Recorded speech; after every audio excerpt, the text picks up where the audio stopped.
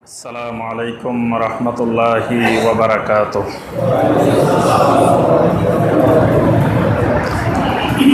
আউযু বিল্লাহি মিনাশ শাইতানির রাজীম। বিসমিল্লাহির রহমানির রহিম। وفي الأرض قطع متجاورات وجنات من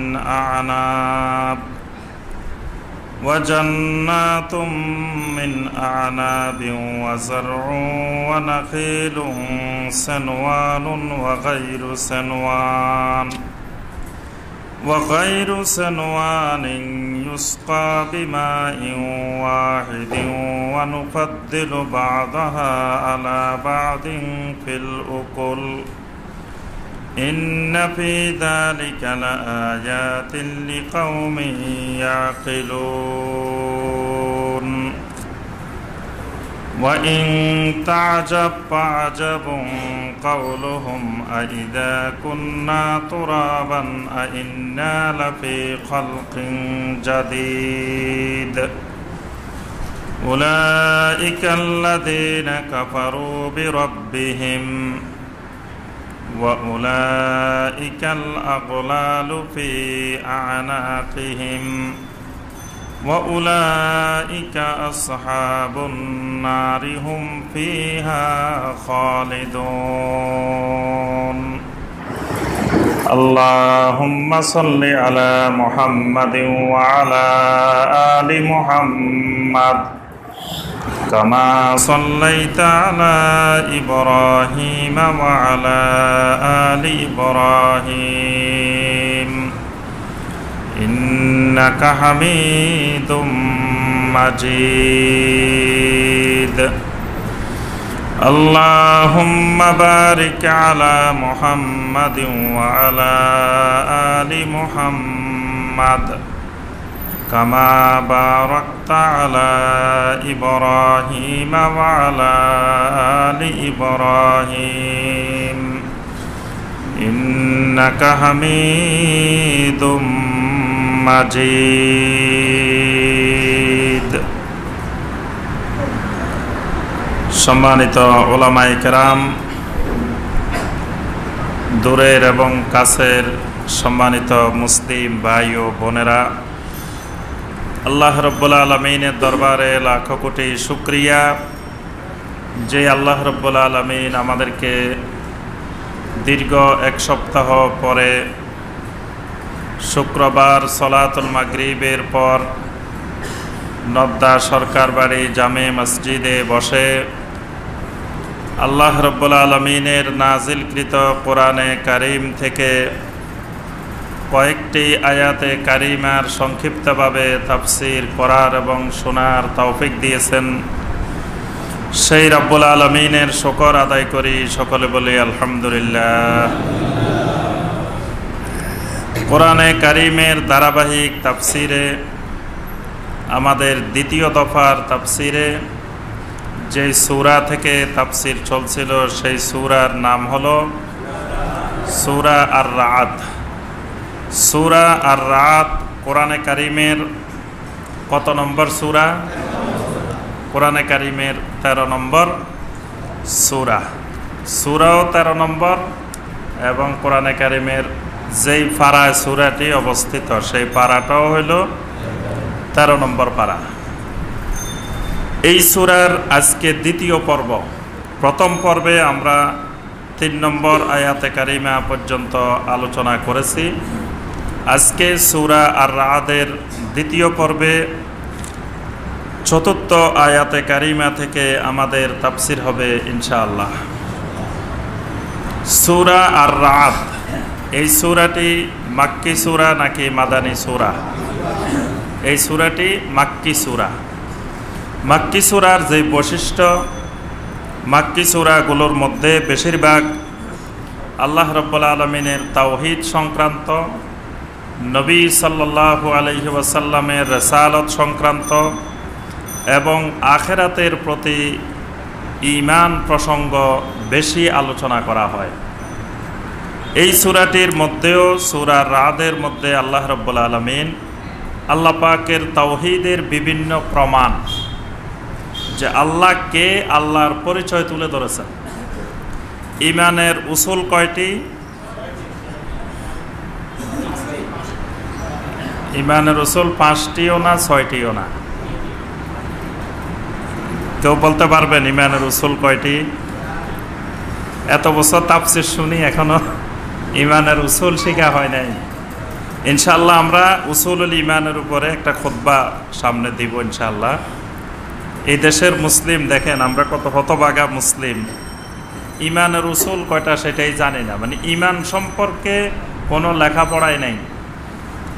এমনে এক একজন বিশাল বিশাল ঈমানদার, বড় বড় মুমিন, ঈমানের মেহনত করতে করতে শেষ, সারা জীবন ঈমানের মেহনত, কিন্তু ঈমানের উসুল কয়টা, ঈমানের আহকাম কয়টা, ঈমানের আরকান কয়টা, ঈমান ভঙ্গের কারণ কয়টা, এটা কিন্তু ঈমানের মেহনত সারা জীবন করিও জানে না।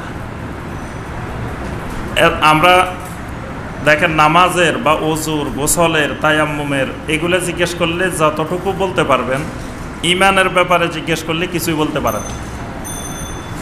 যদি আমরা জিজ্ঞাসা করি ওযুর ফরজ কয়টি, ওযুর আরকান কয়টি, আরকান মানে ফরজ, ফরজগুলোকে বলা হয় আরকান। তো ওযুর আরকান কয়টি? 4টি। ওযুর ফরজ 4টি। গোসলের ফরজ কয়টি? তারপরে নামাজের ফরজ কয়টি? মানে বাইরে আর ভিতরে মিলে 13টি। আচ্ছা, ঈমানের ফরজ কয়টি? এবার আর পারে না। ওযু পারছে, গোসল পারছে, তায়াম্মুম পারছে, নামাজ পারছে, বাকিগুলো মোটামুটি রোজা জিজ্ঞাসা করলে পারবে, হজ জিজ্ঞাসা করলে পারবে। ঈমানের ফরজ কয়টি? ঈমানের শুধু 6টি না, ঈমানের ভিতরে আর বাহিরে দুইটা মিলে কয়টা? ভিতরে 6টা, ঠিক আছে জি। 8 আর 6 14টা। একজন ফুল মার্কস পাইছে, লেটার মার্কস, আর বাকিরা পায় নাই। দেখেন ঈমানের ব্যাপারে লেখাপড়া কত আমাদের সামান্য, এই জন্য শয়তান সুযোগটা বেশি পায়। মানে ঈমানের ব্যাপারে যত বেশি আমাদেরকে জাহেল রাখা যাবে, তত বেশি শয়তান আমাদেরকে দিয়ে শিরক করাইতে পারবে, তত বেশি বেদাত করাইতে পারবে। ঈমানের ব্যাপারে যত বেশি জাহেল, সে তত বেশি শিরক করবে, তত বেশি বেদাত করবে। কারণ তার ঈমান সম্পর্কে কোনো জ্ঞান নাই, ঈমান সম্পর্কে কোনো নলেজ নেই। সে মনে করে যে ওই আমলগুলাই যথেষ্ট, কিন্তু আমলগুলার জন্য মূল যে শর্ত সেটা হলো ঈমান, সেটা হলো ঈমান। ঈমান ছাড়া আমলের কোনো মূল্য। আরবের কাফের মুশরিকেরাও কিন্তু আমল করত। আবু জাহাল, আবু লাহাবেরা আমল করতো না? অনেক আমল করত, আমাদের থেকে বেশি আমল করত, কিন্তু তাদের আমল কোনো কাজে আসে নাই। মূল কারণ হলো তাদের ঈমান ছিল না। ঈমান না থাকার কারণে তাদের আমল কোনো কাজে আসে নাই। আমরা বাঙালি মুসলমান, আমল আছে অনেক, এতে ঈমানের খবর নাই। তাবিজ লাগাই রাখে, তামিমা লাগাই রাখে, হাতের মধ্যে, গলার মধ্যে, কোমরের মধ্যে, কত জায়গায় লাগাই রাখে, তো মনে করে না যে ঈমানের কোনো ক্ষতি হইতেছে, এই কথা মনে করে না। কারণ ঈমান সম্পর্কে তো তার জ্ঞানে নাই, সে তো ঈমান সম্পর্কে কিছুই জানে না। কবরে গিয়ে সেজদা করতেছে, তার ঈমান চলে যাচ্ছে, এটাই সে বুঝে না। তারপরে দরবারের জন্য, মাজারের জন্য, বিভিন্ন কিছুর জন্য মানত করতেছে, তাও সে মনে করতেছে তার ঈমান যায় নাই। তারপরে আল্লাহ ছাড়া কত মাখলুকের কাছে দোয়া করতেছে, কত ওলিয়া উলিয়ার কাছে যায়, ছেলে চাইতেছে, মেয়ে চাইতেছে, টাকা পয়সা চাইতেছে, খালি হাতে ফিরতেছে না, ওখান থেকে একবার হাত ভর্তি করে ফিরতেছে, তাও তার ঈমান যাচ্ছে না। কারণ হলো, ঈমান না যাওয়ার কারণ কি?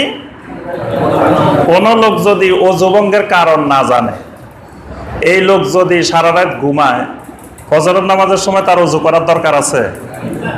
দরকারটা কি? কারণ ঘুমাইলে অসুবিধা কি? ঘুমাইলে কি ওযু গেছে নাকি?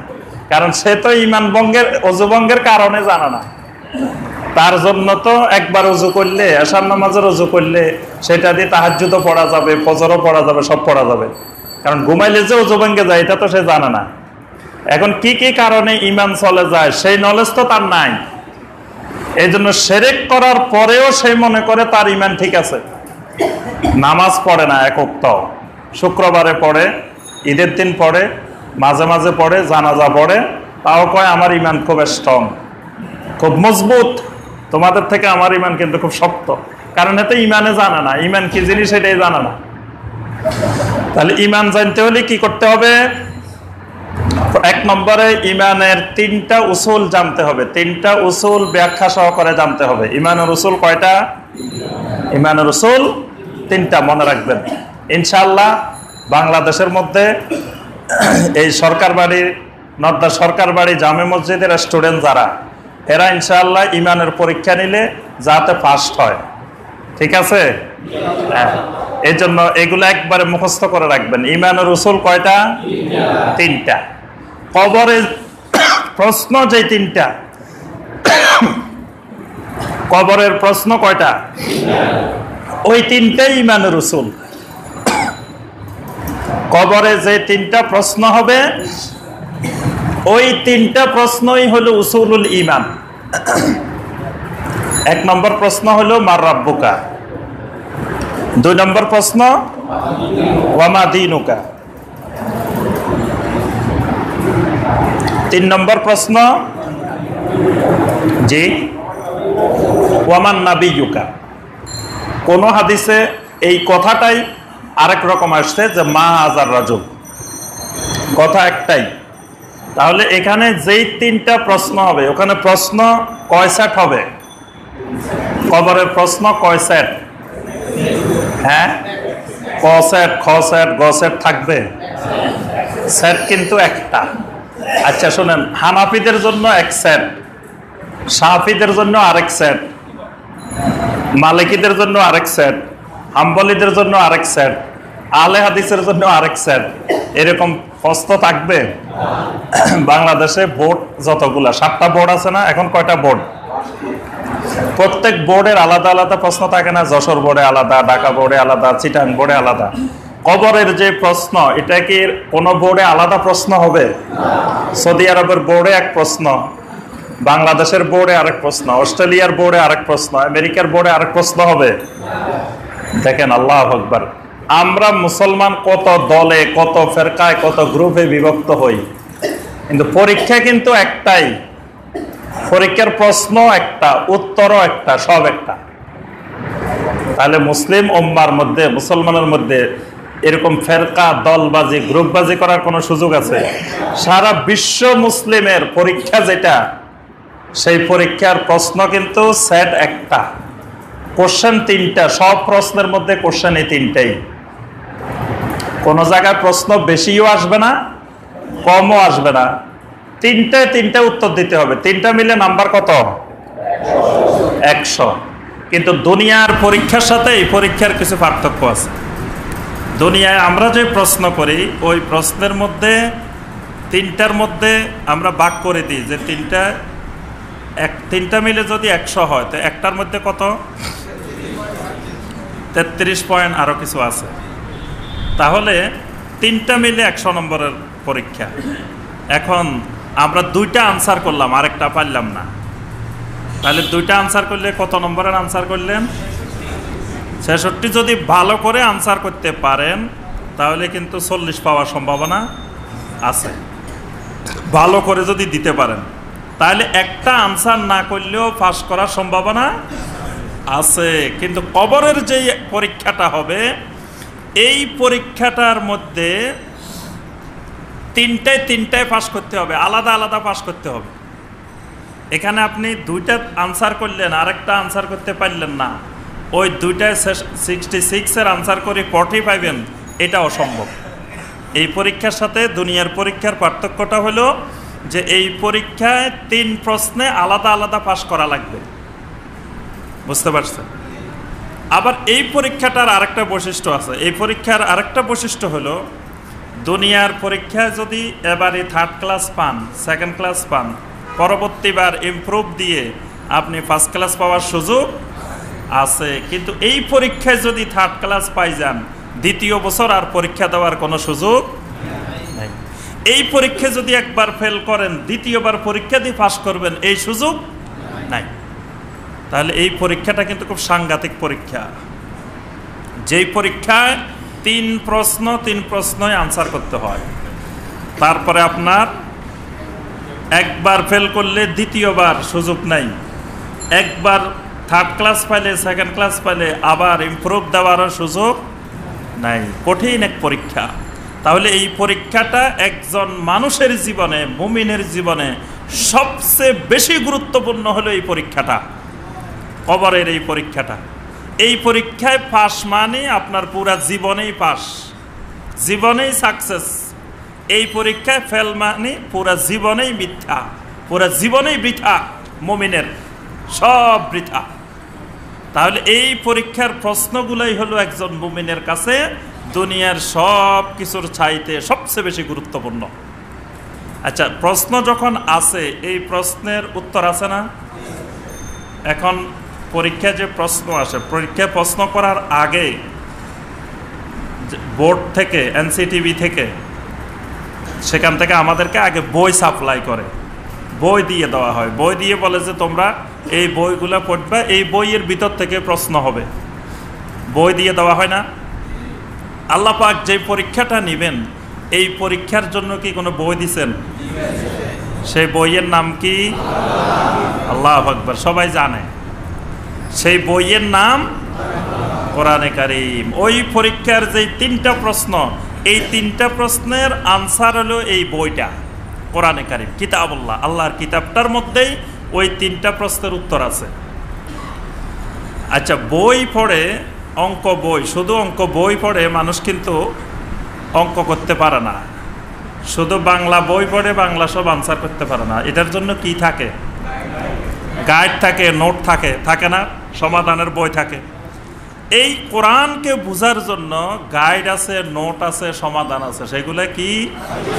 নবী সাল্লাল্লাহু আলাইহি ওয়াসাল্লামের সুন্নাহ, নবী সাল্লাল্লাহু আলাইহি ওয়াসাল্লামের হাদিস। ওই হাদিসগুলো হলো নোট বই, গাইড বই। এটা বোঝার জন্য, এই বইয়ের মধ্যে যেটা বুঝবেন না সেটা বোঝার জন্য গাইড, নোট, ওইটা হলো কি? নবী সাল্লাল্লাহু আলাইহি ওয়াসাল্লামের হাদিসগুলো। সহিহ আল বুখারী, এটার একটা গাইড বুক। সহিহ মুসলিম, জামিআত তিরমিজি, সুনানে আবু দাউদ, সুনান আন-নাসাই, মুসনাদে ইমাম আহমদ, মুয়াত্তা ইমাম মালিক, মুসান্নাফে ইবনে আবি শাইবা, মুসান্নাফে আব্দুর রাজ্জাক, এগুলা হইল এটার গাইড বুক, নোটবুক। আচ্ছা, গাইড বুক, নোটবুক কি এক লাইব্রেরি থেকে বের করে না বিভিন্ন পাবলিকেশনস থেকে বের করে? বিভিন্ন পাবলিকেশনস থেকে কিন্তু নোট বা গাইড বের হয়। এখন বিভিন্ন যেই পাবলিকেশনসের হোক, আপনার মূল দরকার হইল পড়াশোনা। আপনি যে কোনো পাবলিকেশনসের আপনি গাইড কিনেন, ভালো পড়াশোনা করেন, দেখবেন যে আপনি ভালো রেজাল্ট করবেন। কিন্তু আপনি গাইড কিনলেন ভালো পাবলিকেশনসের, কিন্তু পড়াশোনা করলেন না, গাইড কিনে লাভ হবে? বাংলাদেশের মধ্যে ইন্টারমিডিয়েট পরীক্ষায়, আলেম পরীক্ষায় আমি আলহামদুলিল্লাহ সমগ্র বাংলাদেশের মধ্যে সেকেন্ড হয়েছি। মাদ্রাসা বোর্ডটা বাংলাদেশে একটাই, ওই বোর্ডে পরীক্ষা দিয়ে সমগ্র বাংলাদেশের মধ্যে সেকেন্ড। আমি একটা গ্রামের মাদ্রাসা থেকে পরীক্ষা দিছি, অথচ ঢাকা শহরের বড় বড় মাদ্রাসা, বাংলাদেশের আরো বড় বড় মাদ্রাসা আছে না? তো ওইসব মাদ্রাসা থেকে পড়াশোনা করছে, বড় বড় উস্তাদের কাছে পড়ছে, কিন্তু তারপরেও তারা ওই ভালো রেজাল্ট, ওই পরিমাণ ভালো রেজাল্ট করতে পারে নাই। কিন্তু আমি গ্রামে পড়িও ওই পরিমাণ ভালো রেজাল্ট। কারণ কি? আমি গ্রামে পড়ে যে পড়াশোনা করছি, ওরা টাউনে পড়ে ওই পড়াশোনা করে নাই। এখন আপনি বাংলাদেশে থাকি যদি আপনার পড়াশোনাটা ভালো হয়, ওই সৌদি আরবে থাকি সে যদি পড়াশোনা না করে, তা আপনি পরীক্ষায় ভালো করবে কারা? ওই বাঙালি ভালো করব কবরের প্রশ্নে, দেখা যাবে যে আরবি কিন্তু কিচ্ছু পারে না, কারণ এ তো আরবি কিন্তু পড়াশোনাই করে নাই। এই হয়তো বিরাট আলেম, কিন্তু কবরের প্রশ্নের কোনো পড়াশোনাই করে নাই, তাহলে সে কিন্তু ওখানে ফেল করে বসে থাকবো। কিন্তু আরেকজন সাধারণ মানুষ কিন্তু এটার পড়াশোনা করছে, আমল করছে, জানছে, বুঝছে, সেই পরীক্ষায় পাস। সুবহানাল্লাহ। আরেকটা বিষয় হলো এর সাথে বলে রাখি, সেটা হলো আপনি কোন কোম্পানির গাইড থেকে পড়ছেন এটা মূল বিষয় না। মূল বিষয় হলো পরীক্ষার খাতায় আপনি লিখতে পারছেন কিনা। এক্সামিনার দেখবে না আপনি কোন গাইড থেকে লিখছেন, এটা দেখবে আপনি কোন জায়গা থেকে দিন শিখছেন। যেমন আপনি আলিয়া মাদ্রাসা থেকে শিখছেন, না কওমি মাদ্রাসা থেকে শিখছেন, না তাফসিরের মাহফিল থেকে শিখছেন, না কোথা থেকে শিখছেন, এটা মূল বিষয় না। মূল বিষয় হলো আপনি শিখছেন কিনা, আপনি আনসার করতে পারছেন কিনা কবরে। সুতরাং কবরের আনসার করার জন্য আপনি যেখান থেকে শিখেন কোনো অসুবিধা নেই। আপনি যে কোম্পানির গাইড পড়েন অসুবিধা নাই, কিন্তু আপনার উদ্দেশ্য থাকতে হবে আপনার পরীক্ষায় ভালো করতে হবে। পরীক্ষায় ভালো করা লাগবে, পরীক্ষায় কোনো অবস্থায় ফেল করা যাবে না। পরীক্ষায় ভালো করার জন্য যেই গাইড ভালো লিখছে আপনি সেই গাইড খুঁজতে থাকবেন, যে আল ফাতা পাবলিকেশনসের গাইডটা বেশি ভালো, না আশরাফিয়া লাইব্রেরিটা ভালো, না এমদাদিয়া লাইব্রেরিটা ভালো, কোনটা পড়লে কোনটা ভালো আমি যদি মুখস্থ করি পড়াশোনা করি পরীক্ষায় ভালো করতে পারবো, ওইটা খুঁজতে হবে। ওইটা খোঁজে না স্টুডেন্ট? একজন মুমিনও সবসময় খুঁজতে হবে যে আমি কাদের সাথে থাকলে, আমি কোথা থেকে দিন শিখলে আমার কবরের প্রশ্ন, কবরের পরীক্ষাটা ভালো হবে। এই কবরের পরীক্ষার জন্য পুরো জীবন। তাহলে উসুলুল ঈমান কয়টা? এক নম্বর হলো মারিফাতুর রব আজ্জা ওয়া জাল্লা। এক নম্বর হলো রবের পরিচয় জানা, আমার আপনার রবকে এটা জানতে হবে, রবটাকে রব জানতে হবে, রবকে চিনতে হবে। দুই নম্বর হলো আমা দীনুকা মারিফাতুদ্দিন, দিন সম্পর্কে জ্ঞান অর্জন করতে হবে, দিন সম্পর্কে জানতে হবে আমার দিন কি। তিন নম্বরে জানতে হবে মোহাম্মদ নবিয়ুকা মারিফাতুন নবী, আমার নবীকে। এই তিন জিনিসের বিস্তারিত ব্যাখ্যা সহ ঈমান জানতে হবে। এই তিন জিনিসের ব্যাখ্যার নাম উসুলুল ঈমান, এটার নাম উসুলুল ঈমান। উসুলুল ঈমানের উপরে বড় বড় বই আছে, বিশাল বিশাল বই আছে, কিন্তু বাঙালি জানে না। যদি জিজ্ঞাসা করি একটা উসুলুল ঈমানের বইয়ের নাম বলেন, একজনও বলতে পারবে না। উসুলুল ঈমান এই নামে অসংখ্য বই আছে। ঈমানের উসুল, উসুল জানতে হবে ঈমানের। উসুল মানে কি? উসুল মানে আসল, আসল। বাংলায় বলে আসল, আরবিতে বলে আসল। আসলটাই বাংলায় আসল হয়েছে, আর আসলের বহু বচন হলো উসুল, মানে মূলনীতি সমূহ, আসল জিনিস, ঈমানের আসল জিনিস, এটার নাম হলো উসুল। তাহলে তিনটা উসুল। এরপরে ঈমানের আহকাম আছে। আহকাম কয়টা? 8টা। ঈমানের আহকাম আছে 8টা, আরকান আছে 6টা। আমানতু বিল্লাহি কামা হুয়া বিআসমাইহি ওয়া সিফাতিহি ওয়া কাবিলতু জামিয়া আহকামিহি ওয়া আরকানিহি। ঈমানে মুজমাল পড়ছেন না? ঈমানে মুজমালের মধ্যে কি বলতেছেন? ওয়া কাবিলতু, আমি গ্রহণ করে নিলাম, মেনে নিলাম, জামিয়া আর আহকামিহি ওয়া আরকানিহি, ঈমানের যত আহকাম আছে সেগুলো মেনে নিলাম, যত আরকান আছে সেগুলো মেনে নিলাম। ঈমানের আহকামও মানে নিছেন, আরকানও মেনে নিছেন। কোনোদিন জীবনে চিন্তা করছেন যে ঈমানের আহকাম কোনগুলা, আরকান কোনগুলা, কোনগুলা মানে ঈমান আনছি? বাঙালি কিন্তু জানে না। খবর নিলে জিজ্ঞাসা করলে দেখা যাবে ঈমানের আহকাম কোনটা, আরকান কোনটা, কিচ্ছু জানে না। ঈমানের আহকামেরও খবর নাই, আরকানেরও খবর নাই, এমনি ঈমানে মুজমাল শিখে ফেলছে যে ওয়া কাবিলতু জামিয়া আহকামিহি ওয়া আরকানিহি। নামাজের যেমন আহকাম আছে, আরকান আছে। আরকান এবং আহকাম মিলে 13 ফরজ, বাহিরে 7টা, ভিতরে 6টা। বাহিরের গুলাকে বলে আহকাম, ভিতরের গুলাকে বলে আরকান। ঈমানেরও এরকম, বাহিরে 8টা, ভিতরে 6টা। বাহিরের গুলারে বলে আহকামে ঈমান, ভিতরের গুলাকে বলে আরকানে ঈমান। তাহলে 14টা ফরজ ঈমানের মধ্যে। এই 14টা ফরজ জানতে হবে। আহকামে ঈমান কোনগুলা জানতে হবে, আরকানে ঈমান জানতে হবে। তারপরে কি? নাওয়াকিজে ঈমান জানতে হবে। আপনি ওযুর ফরজ জানলেন, সুন্নত জানলেন, ওয়াজিব জানলেন, সব জানছেন। এখন ওযু কেমনে ভাঙে সেটা জানান না। তাহলে বললাম না, আপনি প্রস্রাব পায়খানা থেকে আসিও মসজিদে চলে আসবেন, কারণ প্রস্রাব পায়খানা করলে যে ওযু ভাঙে এটা তো আপনি জানান না, এটা শিখেন নাই। তাহলে মনে করবেন আমি প্রস্রাব করলে কি হইব, আমার ওযু তো ঠিক আছে, প্রস্রাব করছি না, অসুবিধা কি, ওযু তো ঠিক আছে। আরে পায়খানা একটু করলে করছি, ওযু তো ঠিক আছে, ওযু তো ঠিক আছে, কারণ আপনি ওযু ভঙ্গের কারণে শিখেন নাই। ইমান ভঙ্গের কারণ যতক্ষণ জানবেন না ততক্ষণ আপনি হাজার হাজার শিরক করবেন, হাজার হাজার কুফর করবেন, হাজার হাজার বেদাত করবেন, কইবেন যে আমার ইমান ঠিক আছে। কারণ ইমান যে ভাঙ্গি যায় কি কারণে সেটাই তো জানান না।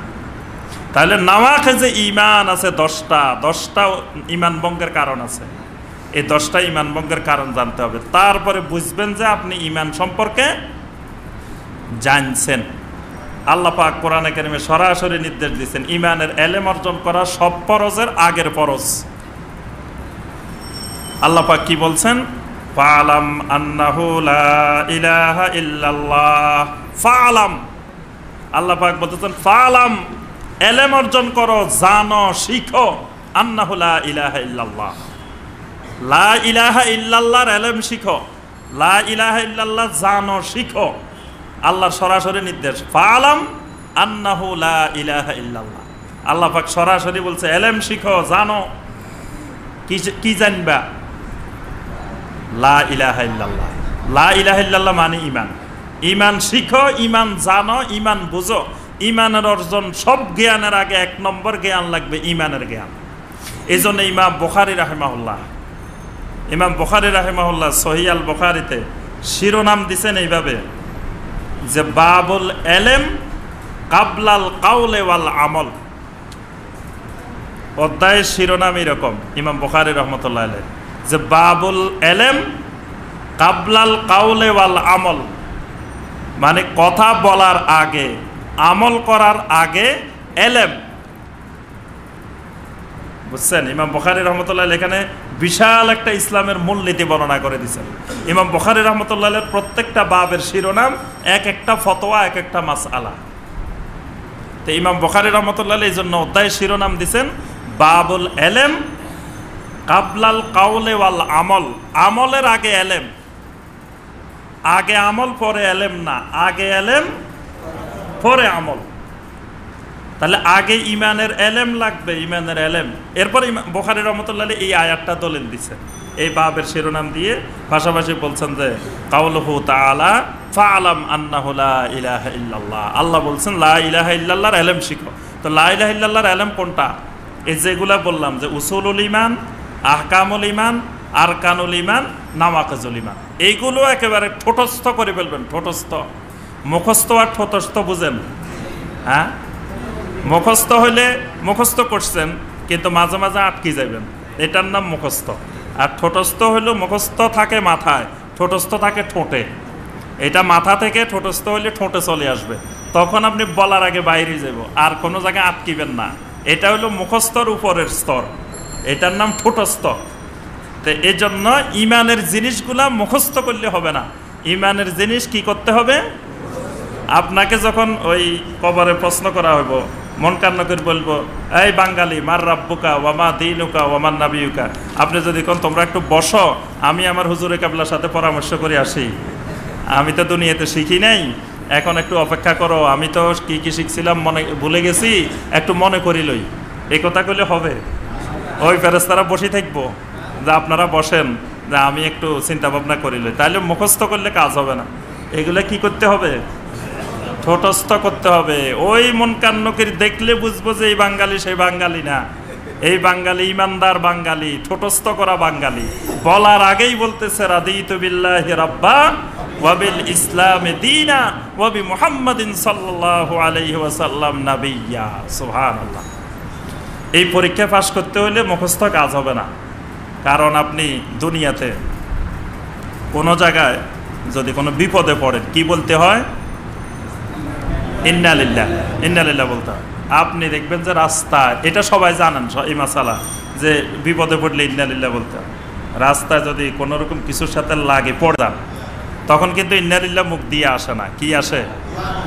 হ্যাঁ, মারে ডাকা শুরু করেন, ইন্না লিল্লাহ কিন্তু বলেন না। সামান্য একটা হোঁচট খাই, ইন্না লিল্লাহ যদি ওমা হয়ে যায়, আপনার ওই কবরের ধাক্কা, দক্তাতুল কবর, কবরের যে ছাপটা, এই ছাপে কোথায় আপনার ব্রেন, কোথায় আপনার কি সব চলে যাবে ভয়ে। মালাকুল মাউত দেখলেই তো আপনার অবস্থা খারাপ। মালাকুল মাউতের আপনার ওই মাইল লাগবে না, মায়ের আগে যে বেসকিটা, বেসকি বুঝেন, মায়ের দরকার নাই, মায়ের তো পরে, আগে যে দেখলে যে বেস্টিটা ওইটা দেখেই তো আপনি শেষ, কি আপনি পরে জবাব দিবেন আর কি করবেন। এই জন্য খুবই সাবধান, খুবই সাবধান। ইমানের জিনিসগুলো আগে শিখতে হবে।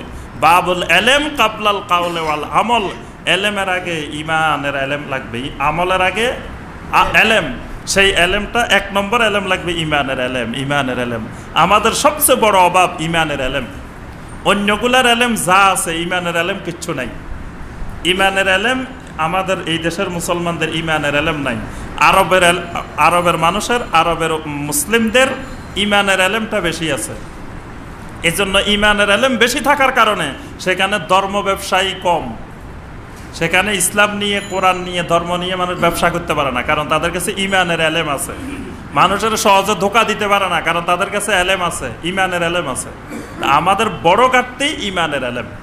আল্লাহ পাক আমাদের সবাইকে ইমানের এলেম অর্জন করার তৌফিক দিন। এই সূরা আর রাদের মধ্যে আল্লাহ পাক যেই কথাগুলো বর্ণনা করেছেন, সবচেয়ে বেশি বর্ণনা করছেন মারিফাতুর রব। ওই যে 1 নম্বর প্রশ্নের আনসার, যে আল্লাহকে, আল্লাহর পরিচয় তুলে ধরছেন। 2 নম্বর আয়াত থেকে আল্লাহ পাক শুরু করছেন, আল্লাহুল্লাযী রাফা'আস সামাওয়াতি বিগাইরি আমাদিন তারাউনাহা। আল্লাহ হলেন তিনি যিনি আসমানকে খুঁটিবিহীনভাবে আকাশে উত্তোলন করে রেখেছেন। এ আল্লাহুল্লাযী, আল্লাহকে এটা শুরু করছেন, আল্লাহর একটা পরিচয়। আমরা 3 নম্বর আয়াত পর্যন্ত অনেকগুলো পরিচয় দেখছি। 4 নম্বর আয়াত থেকে আল্লাহ পাক যে পরিচয় দিচ্ছেন, ওয়াফিল আরদি কিতাউম মুতাজাবিরাতুন। আল্লাহ রাব্বুল আলামিন বলেন, বান্দা দেখো জমিনের মধ্যে কতগুলা দেশ আছে, কতগুলো ভূখণ্ড আছে, কিন্তু ভূখণ্ডগুলো পরস্পরে বিচ্ছিন্ন, কিন্তু একটার সাথে একটার যোগাযোগ আছে। আল্লাহর জমিনটা দেখো, আল্লাহ বলছেন আমার জমিনটা দেখো। ওই জমিন দেখলে বুঝবা যে আমি আল্লাহ আছি, মানে আমি আল্লাহকে খুঁজে পাওয়ার বড় মাধ্যম জমিন।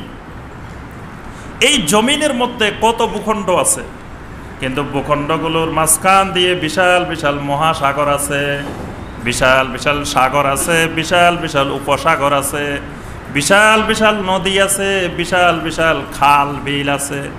এরকম বিভিন্ন কিছু দিয়ে একটার থেকে আরেকটাকে আলাদা করা হয়েছে, কিন্তু দেখা যায় আবার একটার সাথে একটার যোগাযোগও আছে, কানেকশানও আছে। আল্লাহ পাক বলেন, শোনো, যদি এই জমিন কয়েকজনে পরিচালনা করতেন, কয়েকজন রব থাকতো, কয়েকজন আল্লাহ থাকতো, তাহলে একটার সাথে আরেকটার মিল থাকতো না। এই এশিয়া মহাদেশ এক আল্লাহ নিয়ন্ত্রণ করত, ইউরোপ মহাদেশ আরেক আল্লাহ নিয়ন্ত্রণ করত, অস্ট্রেলিয়া মহাদেশ আরেক আল্লাহ নিয়ন্ত্রণ করত, অ্যান্টার্কটিকা মহাদেশ আরেক আল্লাহ নিয়ন্ত্রণ করত। কিন্তু দেখা যায় সবগুলার একটার সাথে আরেকটার যোগাযোগ আছে। এর দ্বারা বোঝা যায় সবগুলার নিয়ন্ত্রণকারী একমাত্র আল্লাহ। সুবহানাল্লাহ। আল্লাহ পাক বলতেছেন, এই জমিনের মধ্যে দেখো, জমিনগুলো একটা আরেকটার থেকে বিচ্ছিন্ন করে রেখেছি, কিন্তু আবার দেখবা নদীগুলো একটার সাথে একটার কানেকশন আছে। নদীগুলোর গোড়া খুঁজতে খুঁজতে যদি আমরা যাই, সাগরের সাথে মিলে, সাগরের সাথে মিলতে মিলতে সাগরগুলো যায় মহাসাগরে মিলে, মহাসাগরগুলো আবার একটার সাথে একটার যোগাযোগ। পুরা আল্লাহর জমিনকে একটা নেটওয়ার্কের মাধ্যমে ঘিরে রাখা হয়েছে। সুবহানাল্লাহ। তাহলে এই নেটওয়ার্কের মাধ্যমে বোঝা যায় যে পুরা জমিনের নিয়ন্ত্রণকারী আল্লাহ। ওয়া জান্নাতুম মিন আনাব, আর জমিনের মধ্যে দেখো কত রকমের বাগান আর বাগান, কত রকমের ফলের বাগান, আঙ্গুরের বাগান। ওয়া জারউন, কত রকমের শস্য ক্ষেত খামার। পুরা জমিন ব্যাপী দেখো এক জমিনে এক ধরনের বাগান, কোন জায়গায় ধান, কোন জায়গায় গম, কোন জায়গায় পাট, কত রকমের ফসল ফল দুনিয়া ব্যাপী, আল্লাহর জমিন ব্যাপী। ওয়া নাখিলুন, কত খেজুর গাছ আমার জমিনে আছে। সানওয়ানুন ওয়া গায়রু সানওয়ান, কিছু খেজুর গাছে এক কাণ্ড বিশিষ্ট, আবার কয়েকটা বহু কাণ্ড বিশিষ্ট। খেজুর গাছ কয়েক কাণ্ড বিশিষ্ট আছে, বাংলাদেশে এরকম হয় না। আরবের খেজুর গাছের মধ্যে দেখবেন যে কোনোটা গোড়া থেকে একটাই উঠছে, আবার কোনোটা গোড়া থেকে দেখবেন যে 4-5টা উঠছে। আল্লাহ পাক বলতেছেন, দেখো খেজুর গাছের মধ্যেও কত রকমের আমি আল্লাহ তৈরি করছি। ইউসকা বিমাইন ওয়াহিদিন, অথচ সবগুলাকে পানি দেওয়া হয় একই পানি। সুবহানাল্লাহ। একই পানি দিয়ে সঞ্চিত হয়, একই পানি, একই জমিন, কিন্তু এক একটার থেকে এক এক ফল বের হয়, এক একটার থেকে এক এক ফসল বের হয়, কিন্তু পানিও একই, জমিনও একই। ওয়ানুফাদ্দিলু বাদাহা আলা বাদিন ফিল উকুলে, আবার দেখো একটার স্বাদকে আরেকটার স্বাদ থেকে প্রাধান্য দিছি, সবগুলার স্বাদকে একরকম বানাই নাই। এজন্য কোনো ফলের কেজি 400 টাকা, কোনো ফলের কেজি 500 টাকা, কোনোটার কেজি 800 টাকা, কোনোটার কেজি 1000 টাকা। সবগুলা যদি একই স্বাদের হইতো এই দামের তারতম্য হইতো না। আল্লাহ পাক বলতেছেন দেখো একই পানি, একই জমিন, একই ফল, আবার বিভিন্ন স্বাদের বিভিন্ন রকমের আমি আল্লাহ বানাইছি। সুবহানাল্লাহ। এগুলার মাধ্যমে আমি আল্লাহকে সরাসরি তোমরা খুঁজে পাবা। মারেফাতুর রব, রবকে চিনা যাবে আল্লাহর মাখলুক দেখে, জমিন দেখেই আল্লাহ বলতেছেন তোমরা আমাকে পাই যাবা। ইন্না ফি যালিকা লাআয়াতিল লিকাউমিন ইয়াকিলুন। আল্লাহ সুবহানাহু ওয়া তাআলাকে পাওয়ার মাধ্যম দুইটা, একটা হলো বি আয়াতিহি আর একটা হলো ওয়া মাখলুকাতিহি। আল্লাহর আয়াত, আল্লাহর নিদর্শনের মাধ্যমে আল্লাহকে চিনা যায়, আরেকটা হলো আল্লাহর মাখলুকাতগুলোকে দেখার মাধ্যমে আল্লাহকে চিনা যায়। আল্লাহকে চিনার মাধ্যম হলো এই দুইটাই। আল্লাহ পাক বলেন ইন্না ফি যালিকা লাআয়াতিল লিকাউমিন ইয়াকিলুন। এই যে আয়াতগুলো আমার নিদর্শনগুলো আছে, এগুলোর মধ্যে যারা একটু আকলবান, একটু আকল, একটু বিবেক যাদের আছে, তাদের জন্য অসংখ্য নিদর্শন নিহিত আছে। সুবহানাল্লাহ। অসংখ্য নিদর্শন এগুলোর মধ্যে নিহিত আছে। ওয়া ইন তাআজাব ফাআজাবুন কাওলুহুম। আরবের কাফের মুশরিকেরা বলতো মানুষ যখন মরে যায়, মাটির সাথে মিশে যায়, আবার কেমন করে নতুন করে আবার উঠবে, এগুলো তো মাটির সাথে মিশেই গেছে। তা আল্লাহ পাক বলতেছে যে আরে বেটা, এই যে জমিনের মধ্যে তোর জমিনের ভিতর থেকে গাছ বের হয়, ফল ধরে, এত কিছু করে, এগুলো তো মাটির সাথে মিশাই থাকে।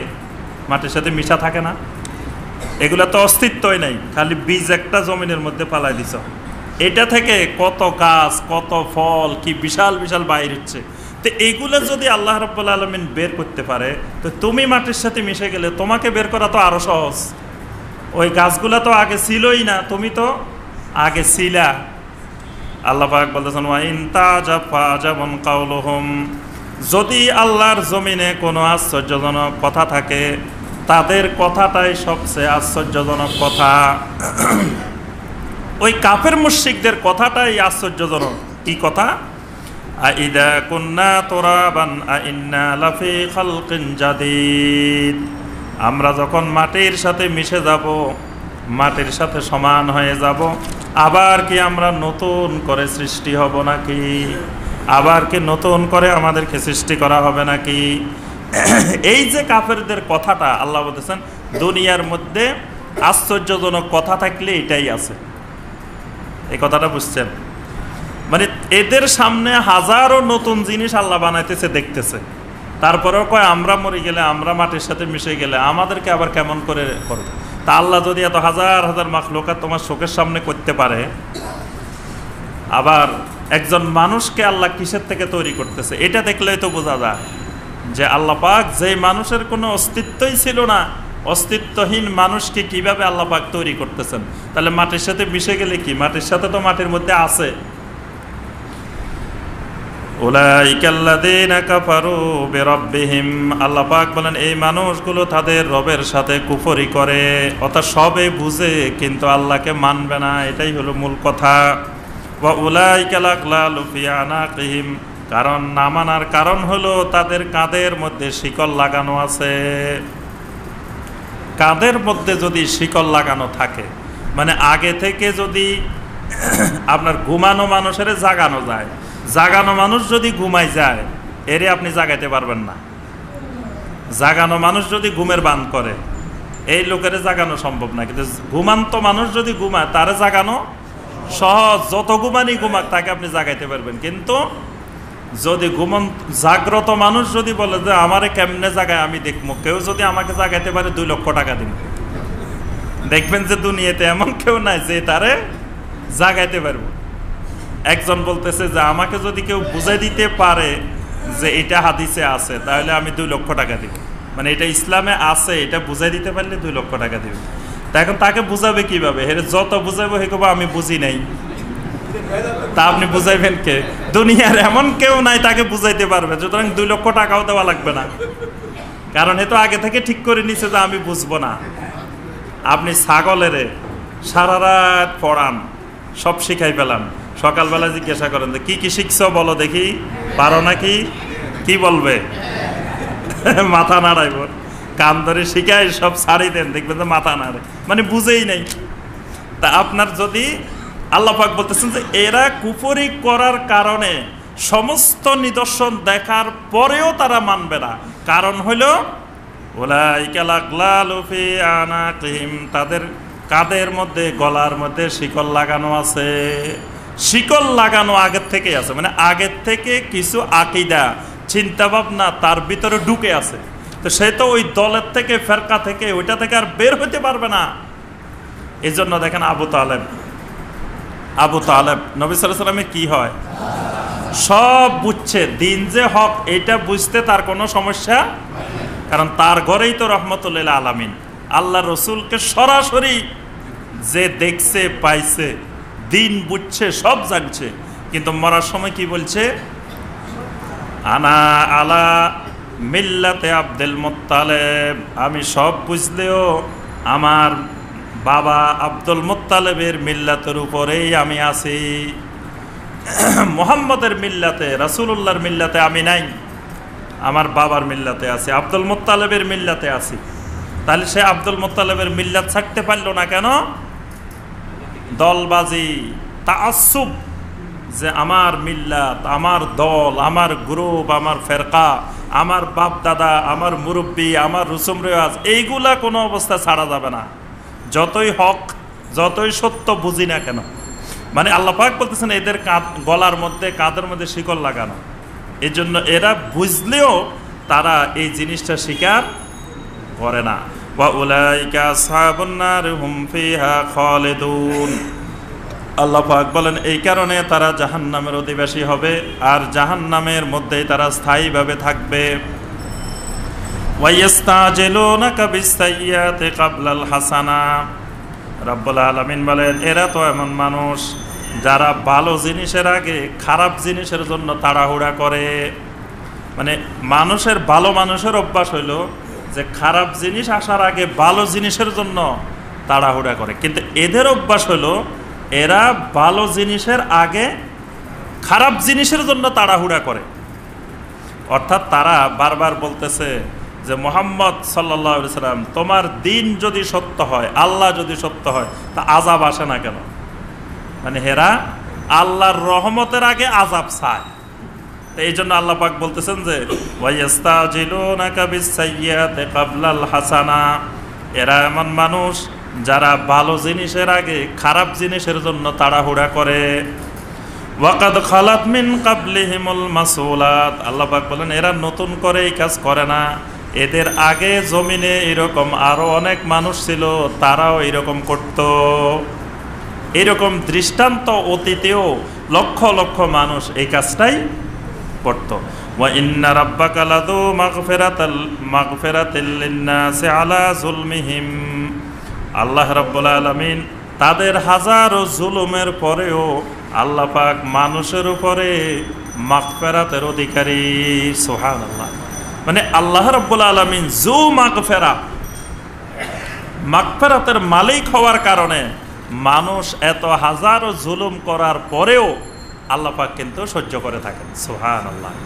না হয় আমরা যে আল্লাহর নাফরমানি করি বা আল্লাহর বান্দারা যে নাফরমানি করে, কত আগে কিয়ামত হয়ে যাওয়ার কথা, আল্লাহর গজব নাজিল হওয়ার কথা, আযাব নাজিল হওয়ার কথা, কিন্তু এত নাফরমানির পরেও আল্লাহ পাক রহমানুর রহিম, যু মাগফিরা, আল্লাহ পাক মহা মাগফিরাতের মালিক। এই জন্য আল্লাহ বলতেছেন যে বান্দার এত জুলুমের পরেও আল্লাহ পাক বান্দার উপরে মাগফিরাত করেন।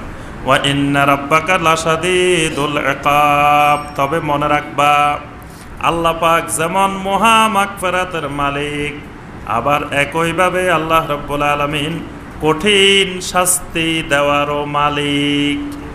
আল্লাহকে যেমন নরম মনে করছো, আল্লাহ আবার ওই রকম কঠিনও। মানে আল্লাহ পাক যেমন রহমান, যেমন রহিম, আবার ওই রকম সাদিদ, ওই রকম কাহার, ওই রকম কঠিনও আছে। খালি মনে করিও না যে আল্লাহ পাক নরম। নরমের পাশাপাশি নরম যেরকম একেবারে নরম আল্লাহ সুবহানাহু ওয়া তাআলা বান্দার উপরে, আবার একেবারে কঠিন কঠোরও আছে আল্লাহ সুবহানাহু ওয়া তাআলা। এই জন্য ইমানের নাম হলো আল ইমান বাইনাল খাউফে ওয়ার রাজা। ভয় এবং আশা দুইটার মাঝামাঝি ইমান। মানে আল্লাহকে ভয়ও করতে হবে, আবার আল্লাহর কাছে আশাও করতে হবে। আশা আছে ভয় নাই, তাও আপনার ইমান নাই। ভয় আছে আশা নাই, ভয় করতে করতে আপনি শেষ। আরে এত গুনাহ করে ফেলছে, মনে হয় আর ক্ষমা পাবো না, তাহলে আপনি শেষ। আপনার আর ইমানের উপরে থাকতে পারবেন না। আপনি আশা করতে হবে যে আল্লাহ, আমার আল্লাহর নাম শুনছি রহমান, রহিম, গাফফার, তা আমি যত গুনাহ করি আমার আল্লাহর কাছে ইস্তেগফার করলে আল্লাহ মাফ করবেন। এই মাফের আশাটা থাকতে হবে। আবার খালি গুনাহ করতে থাকবো যে আমার আল্লাহ যেহেতু গাফফার, তো গুনাহ কর্ম আর মাপসামো, কর্ম আর মাপসামো, প্রতিদিন সকালে গুনাহ কর্ম, বিকালে মাপসামো, বাস। আল্লাহর ভয় নাই, এটাও ইমান নাই। মানে ভয়ও থাকতে হবে, আশাও থাকতে হবে। ওয়ায়াকুলুল্লাযীনা কাফারু লাউলা উনসিলা আলাইহি আয়াতুম মির রাব্বিহ। আর কাফেররা সব সময় বলে আল্লাহ রাব্বুল আলামিন কেন আয়াত নাজিল করেন না। মানে আল্লাহর প্রমাণ স্বরূপ, আল্লাহর হক, আল্লাহ পাক হক, মুহাম্মদ সাল্লাল্লাহু আলাইহি ওয়াসাল্লাম আল্লাহর রাসূল, এটার ব্যাপারে কোনো নিদর্শন, কোনো আয়াত আল্লাহ নাজিল করেন না কেন।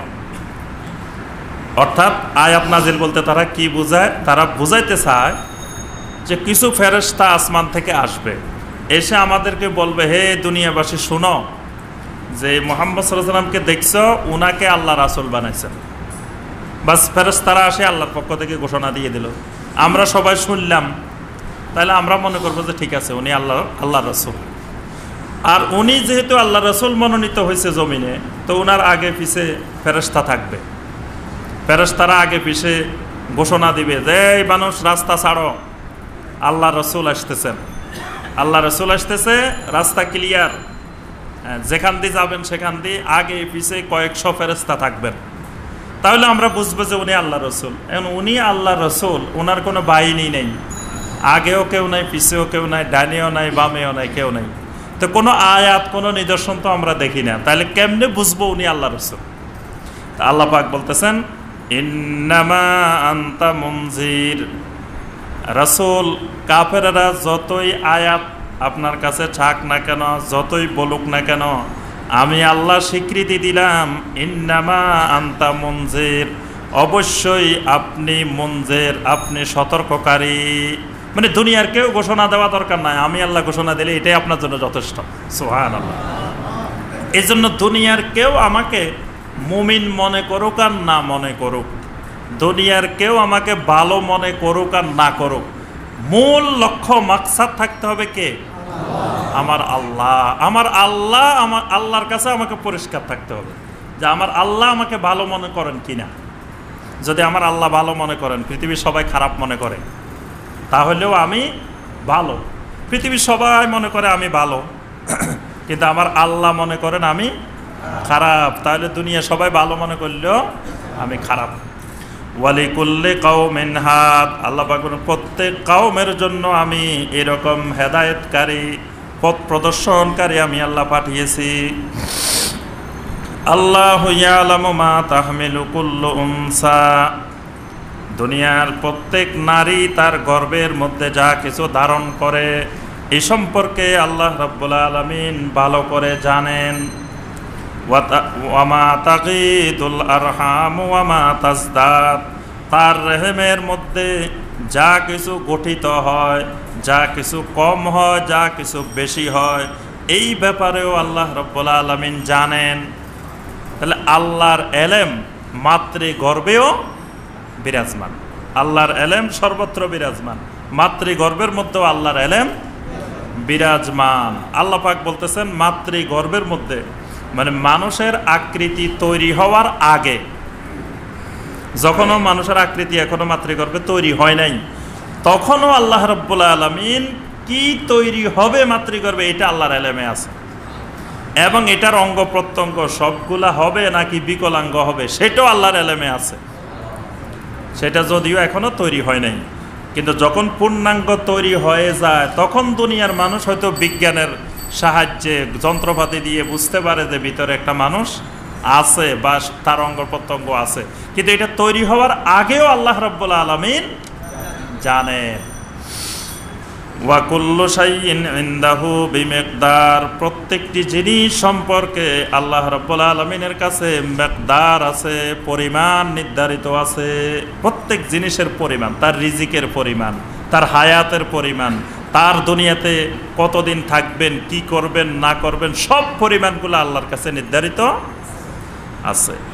আলিমুল গায়বি ওয়াশ শাহাদা, আল্লাহর পরিচয় হলো, দেখেন এগুলো সব আল্লাহর পরিচয়। আল্লাহ কে, রব কে, ওই 1 নম্বর প্রশ্নের উত্তর। আলিমুল গায়বি ওয়াশ শাহাদা, আল্লাহ পাক হলেন গায়েবের মালিক, গায়েবের আলেম, মানে গায়েবের সব কিছু একমাত্র আল্লাহ জানেন। ওয়াশ শাহাদা, এবং শাহাদারও সব কিছু জানেন। মানে গায়েবের বিপরীত হলো শাহাদা, মানে প্রত্যক্ষ পরোক্ষ, যা দেখা যায় যা দেখা যায় না সবগুলা সম্পর্কে এলেম আছে কার? আল কাবির, আল্লাহ হলেন কাবির। কাবির মানে বড়, এবং কিবির থেকে কাবির। কিবির মানে কি? অহংকার। অহংকার করার মালিক কে? আল্লাহ বলছেন আল কিবরিয়াউ রিদাই, অহংকার হলো আমি আল্লাহর চাদর। বান্দা তুমি আমি আল্লাহর চাদর নিয়ে টানাটানি করিও না। কেউ যদি অহংকার করে তার অর্থ হলো আল্লাহর চাদর নিয়ে সে টানাটানি করে। এজন্য বান্দা মানুষকে আল্লাহ বলছে খবরদার অহংকার করিও না। অহংকার করার মতো তোমার কাছে কিচ্ছু নাই, কারণ তুমি একটা ছোট্ট একটা প্রাণীর কাছে অসহায়। একটা মাছির কাছে তুমি অসহায়, একটা মশার কাছে অসহায়। মশা কিন্তু আপনার থেকে অনেক চালাক, আপনি মশার কাছে অসহায়। নমরুদ একটা মশা কামড়ে, মশার থেকে সে রক্ষা পাইতে পারে নাই। আমাদেরকে দেখেন রাত্রে ঘুমাইলে মশা কি অবস্থা করে, খবর আছে? মশার কাছে অসহায়। আল্লাহ বলতেছেন তোমার অহংকার করার মতো কিছু নাই, এটা তুমি অহংকার করবা কেন? অহংকার করলে করতে পারেন একমাত্র আল্লাহ রাব্বুল আলামিন। এজন্য আল্লাহর নিজের নাম হলো আল কাবির, আল মুতাআল।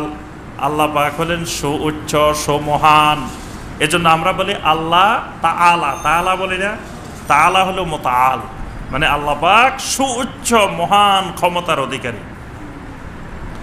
সাওয়াউম মিনকুম মান আসাররাল কাওলা ওয়া মান জাহারা বিহি, আল্লাহ রাব্বুল আলামিনের কাছে তুমি কথা আস্তে আস্তে বলো আর জোরে বলো, দুইটাই সমান। আপনি চিৎকার দিয়ে বললেন সেটা যেমন, মনে মনে চিন্তা ভাবনা করতেছেন, নড়াচড়া করতেছেন, এটাও আল্লাহ পাকের কাছে সমান, একই। আমাদের কাছে জোরে আর আস্তে, আল্লাহর কাছে জোরে আর আস্তে বলতে কিছু নাই।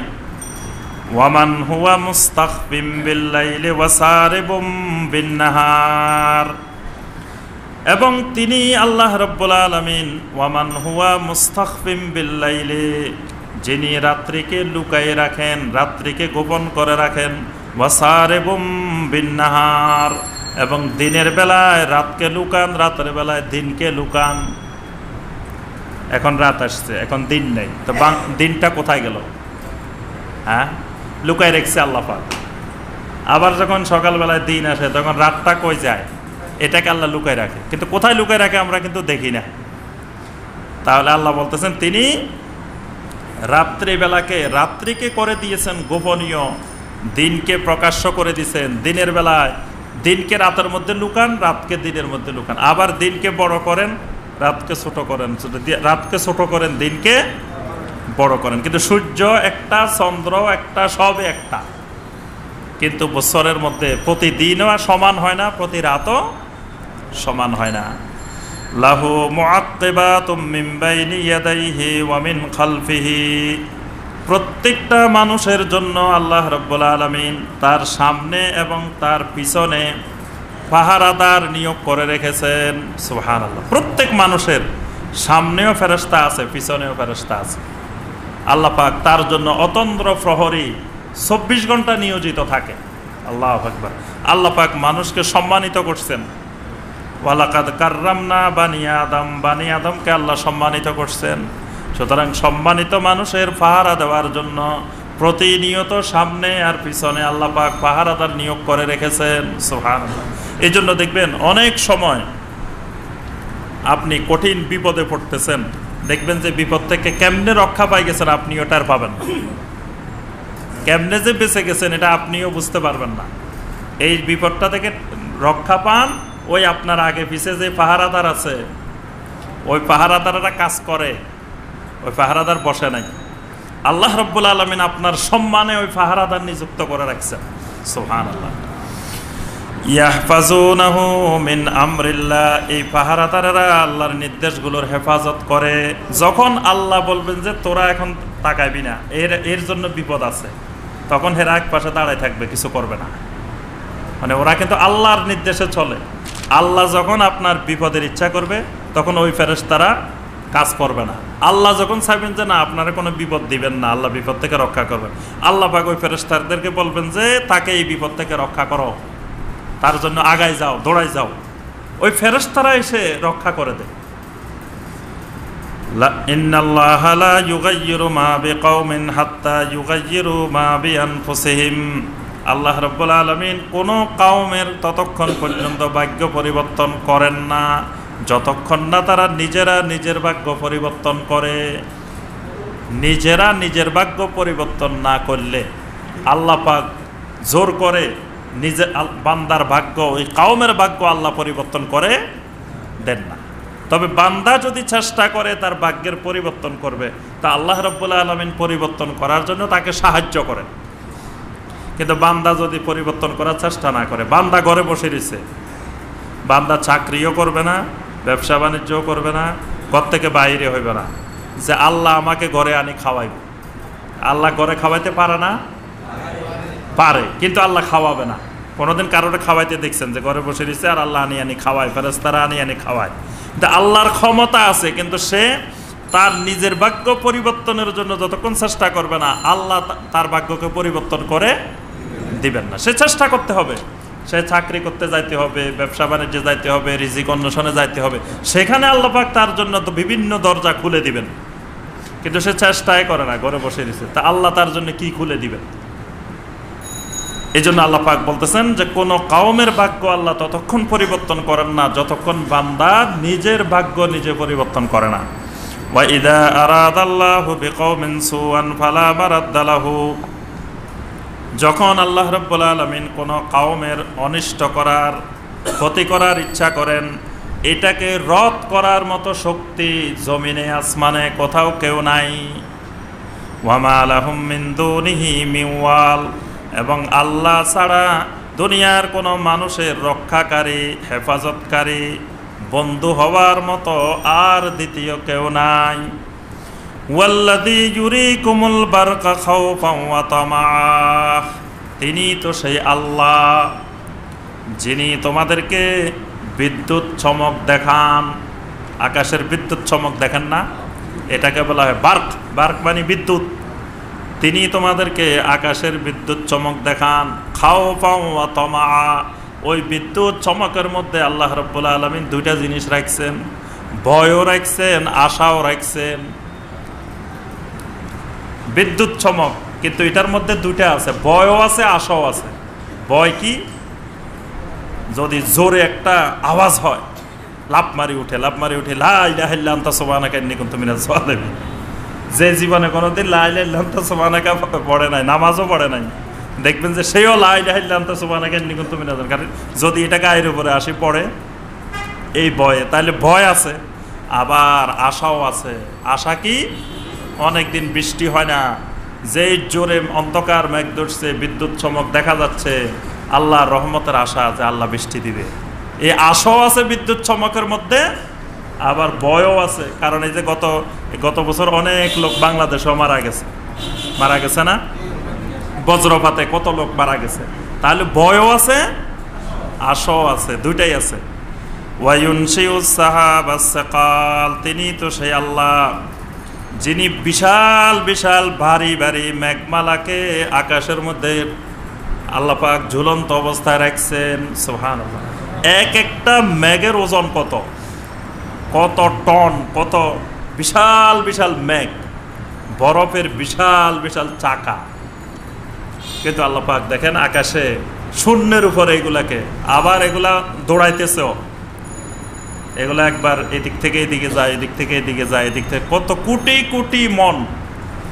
যেই আল্লাহ এগুলাকে আকাশের মধ্যে এইভাবে পরিচালনা করতেছেন, তিনিই হলেন সেই আল্লাহ। তারপরে দেখেন বরফের চাকা যদি থাকে, তো বরফের চাকা থেকে তো টপ টপ করে পানি পড়ে না, তা আমাদের মাথার উপর দিয়ে যায়, অথচ পানি পড়ে না, কোনো জায়গায় পানি পড়তে দেখছেন? আল্লাহ পাক নির্দেশ দিচ্ছেন যে বৃষ্টি হবে রংপুরে, এই আমাদের ঢাকার উপর দিয়ে যায়, তো ঢাকাতে এক ফোঁটাও পড়ে না, যাই পড়ে কোথায়? রংপুরে। আল্লাহ যদি বলেন যে কুড়িগ্রামে, যাই কুড়িগ্রামে পড়ে, এইদিকে কোনো জায়গায় পড়ে না, অথচ গেছে আমাদের উপর দিয়ে। তারপরে আবার দেখেন আল্লাহ পাক কি প্যাকেট করছেন সেখানে মেঘমালার মধ্যে। আবার দেখেন একটা বরফের খণ্ড থেকে বা কোনো জায়গা থেকে যখন পানি পড়ে, তখন জগের মুখে পানি ঢাললে যেরকম, কলসের মুখ থেকে পানি ঢাললে যেরকম, এরকম পড়ে না। কিন্তু আল্লাহ রাব্বুল আলামিন পানিগুলাকে কত সুন্দর করে ছোট্ট ছোট্ট করে আল্লাহ পাক যে বৃষ্টিটা পড়ে, বৃষ্টির মধ্যেই আল্লাহ রাব্বুল আলামিন আরেক ধরনের দৃশ্য, আল্লাহর এক কুদরত আল্লাহ পাক রেখেছেন। যে বৃষ্টিগুলো পড়ে কিভাবে দেখেন, ফোঁটা ফোঁটা করে, কত সুন্দর করে, এক নয়নাভিরাম দৃশ্য। আল্লাহ বলতেছেন ওই বৃষ্টির মধ্যে, মেঘের মধ্যে আমি আল্লাহ, মানে আমি আল্লাহকে খুঁজে পাইতে গেলে দূরে যাওয়া লাগবে না, ওই মেঘের দিকে তাকালে আল্লাহ খুঁজে পাইবা, ওই বৃষ্টির দিকে তাকালে আল্লাহকে খুঁজে পাওয়া যাবে। ওয়ায়ুসাব্বিহুর রাদু বিহামদিহি, সুবহানাল্লাহ। এই সূরার নাম হলো সূরা রাদ। এইখানে 13 নম্বর আয়াতে আল্লাহ পাক এই রাদের ব্যাপারে বলছেন। রাদ মানে মেঘের গর্জন। আল্লাহ বলছেন ওয়ায়ুসাব্বিহুর রাদু বিহামদিহি, ওই মেঘ যখন গর্জন করে তখন মেঘ গর্জন করে না, মেঘ বলে উঠে সুবহানাল্লাহ, মেঘ বলে উঠে আলহামদুলিল্লাহ। সুবহানাল্লাহ, ওটা সুবহানাল্লাহর আওয়াজ, আলহামদুলিল্লাহর আওয়াজ। আমরা মনে করতেছি ওরে আল্লাহ কি জোরে আওয়াজ হচ্ছে, বজ্রপাত হচ্ছে, মেঘের গর্জন শুরু হয়েছে। আল্লাহ বলতেছে এটা মেঘের গর্জন না। ওয়ায়ুসাব্বিহু, ওই মেঘের গর্জন আল্লাহর তাসবিহ আদায় করে, সুবহানাল্লাহ বলে চিৎকার দে। জমিনবাসীকে জানাই দে, ও জমিনবাসী, আমি মেঘমালাও সুবহানাল্লাহ বলতেছি, তোরাও সুবহানাল্লাহ বল। আমি মেঘমালা আলহামদুলিল্লাহ বলতেছি, তোরাও আলহামদুলিল্লাহ বল। আর কোরআনে যত জায়গায় তাসবির সাথে হামদের কথা আসবে, এটা দ্বারা বোঝানো হবে সলাত, নামাজ। ওই মেঘমালাও নামাজ পড়ে। এই যে মেঘের গর্জন, মেঘের গর্জনও সলাত আদায় করে। যেমন এই যে সূরা নসরের মধ্যে আল্লাহ পাক বলছেন ফাসাব্বিহ বিহামদি রাব্বিকা, আপনার রবের হামদের সাথে তাসবিহ আদায় করেন। এই হামদের সাথে তাসবিহ আদায় করেন, এটার অর্থ হইল বেশি বেশি নফল সালাত আদায় করেন, নফল নামাজ পড়েন। এখানেও আল্লাহ পাক বলতেছেন মেঘের গর্জন হামদের সাথে তাসবিহ করে, অর্থাৎ মেঘের গর্জন ও নামাজ পড়ে। আল্লাহু আকবার। ওই মেঘের গর্জন বলতেছে দুনিয়ার মানুষেরা, আমি আল্লাহর জন্য নামাজ পড়তেছি, তোরও নামাজ পড়। দুনিয়ার মানুষ তোমরাও নামাজ পড়ো, আমি মেঘমালাও নামাজ পড়তেছি, আমি তাসবিহ করতেছি, আমি আল্লাহ পাকের হামদ করতেছি। এইভাবে শুধু মেঘমালা না, আল্লাহর সকল মাখলুকাত এইভাবে আল্লাহর তাসবিহ, আল্লাহর হামদ করতেছে। ওয়াল মালাইকাতু মিন খিফাতিহি, আল্লাহ রাব্বুল আলামিন বলেন মেঘের যখন তাসবিহের সাথে, গর্জনের সাথে যখন তাসবিহ আদায় করে, হামদ করে, ওই মেঘ যেই ফেরেশতারা পরিচালনা করে তারাও ভয়ে ততস্থ হয়ে যায়, ভয়ে ভীত হয়ে যায়। ভীত হয়ে সাথে সাথে তারাও আল্লাহর তাসবিহ করা শুরু করে দেয়। সুবহানাল্লাহ। এই মেঘ এগুলো কিন্তু এমনি যায় না, এগুলোর পিছনে আল্লাহর ফেরেশতারা থাকে। ওই মেঘ যখন চিৎকার দিয়ে বলে উঠে সুবহানাল্লাহ, ফেরেশতারা ভয়ে তারাও বলে যে সুবহানাল্লাহ, ফেরেশতারাও ভয় পায় যায়। আল্লাহ বলতেছেন ওয়াল মালাইকাতু মিন খিফাতিহি, ওই মেঘমালার পিছনে যেই ফেরেশতারা থাকেন তারাও ভয়ে আল্লাহর তাসবিহ এবং আল্লাহর হাম শুরু করে দেয়। সুবহানাল্লাহ। ওয়ায়ুরসিলু সাওয়াইকা, এবং ওই বজ্রপাতের ওই গর্জনের সাথে সাথে দুনিয়াতে বজ্রপাত আসে। ফায়ুসিবু বিহা মাইয়াশা, আল্লাহ রাব্বুল আলামিন যাকে ইচ্ছা করেন তার গায়ের উপরে নিয়ে যান। বজ্রপাতে যে মানুষ মারা যায় এটা আল্লাহর ইচ্ছায় মারা যায়। এখন আল্লাহ কেন ইচ্ছা করছেন এটা আল্লাহ পাকেই ভালো জানেন। ভালো মানুষের কাছেও যাইতে পারে ওই বজ্রপাত থেকে, ভালো মানুষ মারা যায় না, দিনদার মানুষও মারা যাইতে পারে, কিন্তু আল্লাহ পাক হয়তো তার মৃত্যুটা নির্ধারণ করছেন। আমরা মনে করি যে এ তো বজ্রপাতে মারা গেছে, কিন্তু বজ্রপাতে মারা যাওয়া শহীদ, তার শাহাদাতের মৃত্যু। বজ্রপাতে মারা যাওয়া এটা শাহাদাতের মৃত্যু। আবার ওই মেঘের যে তাসবিহ সুবহানাল্লাহর আওয়াজে সে মরে গেছে, তাহলে এটা কত বড় সৌভাগ্য। কিন্তু মেঘ বলছে, মেঘের গর্জনের সাথে মেঘ তো তাসবিহ আদায় করছে, সুবহানাল্লাহ বলছে, ওই সুবহানাল্লাহর আওয়াজে না তার গায়ে আসছে, তাহলে সে সুবহানাল্লাহর আওয়াজে মারা গেছে, এটা তো তার সৌভাগ্যের ব্যাপার। এই জন্য এটাও তার একটা শাহাদাতের মৃত্যু। এটা আল্লাহ পাক ফায়ুসিবু বিহা মাইয়াশা, যাকে ইচ্ছা করেন তার গায়ে নিয়ে এটা রাখেন, তার গায়ে নিক্ষেপ করেন। ওয়াহুম ইউজাদিলুনা ফিল্লাহি ওয়া হুয়া শাদীদুল মিহাল, এই কাফের মুশরিকরা আল্লাহকে নিয়ে তো ঝগড়া করে, অথচ আল্লাহ রাব্বুল আলামিনের অবস্থান অনেক কঠোর। মানে এটা দেখে কাফেররা বুঝে না কেন যে মেঘের গর্জন যদি এরকম হয় আল্লাহর গর্জন কেমন। আল্লাহ বলতেছে আল্লাহর একটা ছোট্ট মাখলুক, তার গর্জন যদি এইরকম হয় তো তাকে যে বানাইছে তার গর্জন কেমন। আল্লাহু আকবার। সাধারণ মেঘের গর্জনে আমরা সহ্য করতে পারি না, কানে আঙ্গুল দিয়ে রাখি, ভয়ে মনে হয় যে কানের পর্দা ফেটে যাবে। তা আল্লাহর ছোট্ট একটা মাখলুক, এটার গর্জন যদি এমন হয়, ওয়া হুয়া শাদীদুল মিহাল, আল্লাহর গর্জনটা কেমন হবে। এবং সেই গর্জনটা আল্লাহ দিবেন কিয়ামতের ময়দানে। কিয়ামতের ময়দানে আল্লাহ পাক সমস্ত মাখলুককে লক্ষ্য করে বলবেন, আইনাল মুতাকাব্বিরুন আইনাল জাব্বারুন, অহংকারীরা কোথায়, স্বৈরাচারীরা কোথায়, জাব্বাররা কোথায়। একেবারে নিশ্চুপ, কোনো দিক থেকে কোনো আওয়াজ নাই, কেউ বলবে না আসি, আমি আসি, এই কথা বলার লোককে আমাদের ময়দানে নাই। তখন ঘোষণা হবে লিল্লাহিল ওয়াহিদিল কাহ্হার, আজকে শুধু সমস্ত ক্ষমতা একজনের, তিনি হইলেন আল্লাহ রাব্বুল আলামিন কাহ্হার। লাহু দাওয়াতুল হক, ওই আল্লাহকে ডাকা, ওই আল্লাহর কাছে দোয়া করা, এটাই একমাত্র হক, এটাই দাওয়াতুল হক। দাওয়াতুল হকটা কি? লাহু, ওই আল্লাহকে ডাকা, আল্লাহর কাছে দোয়া করা, এটাই আল্লাহর জমিনে একমাত্র হক।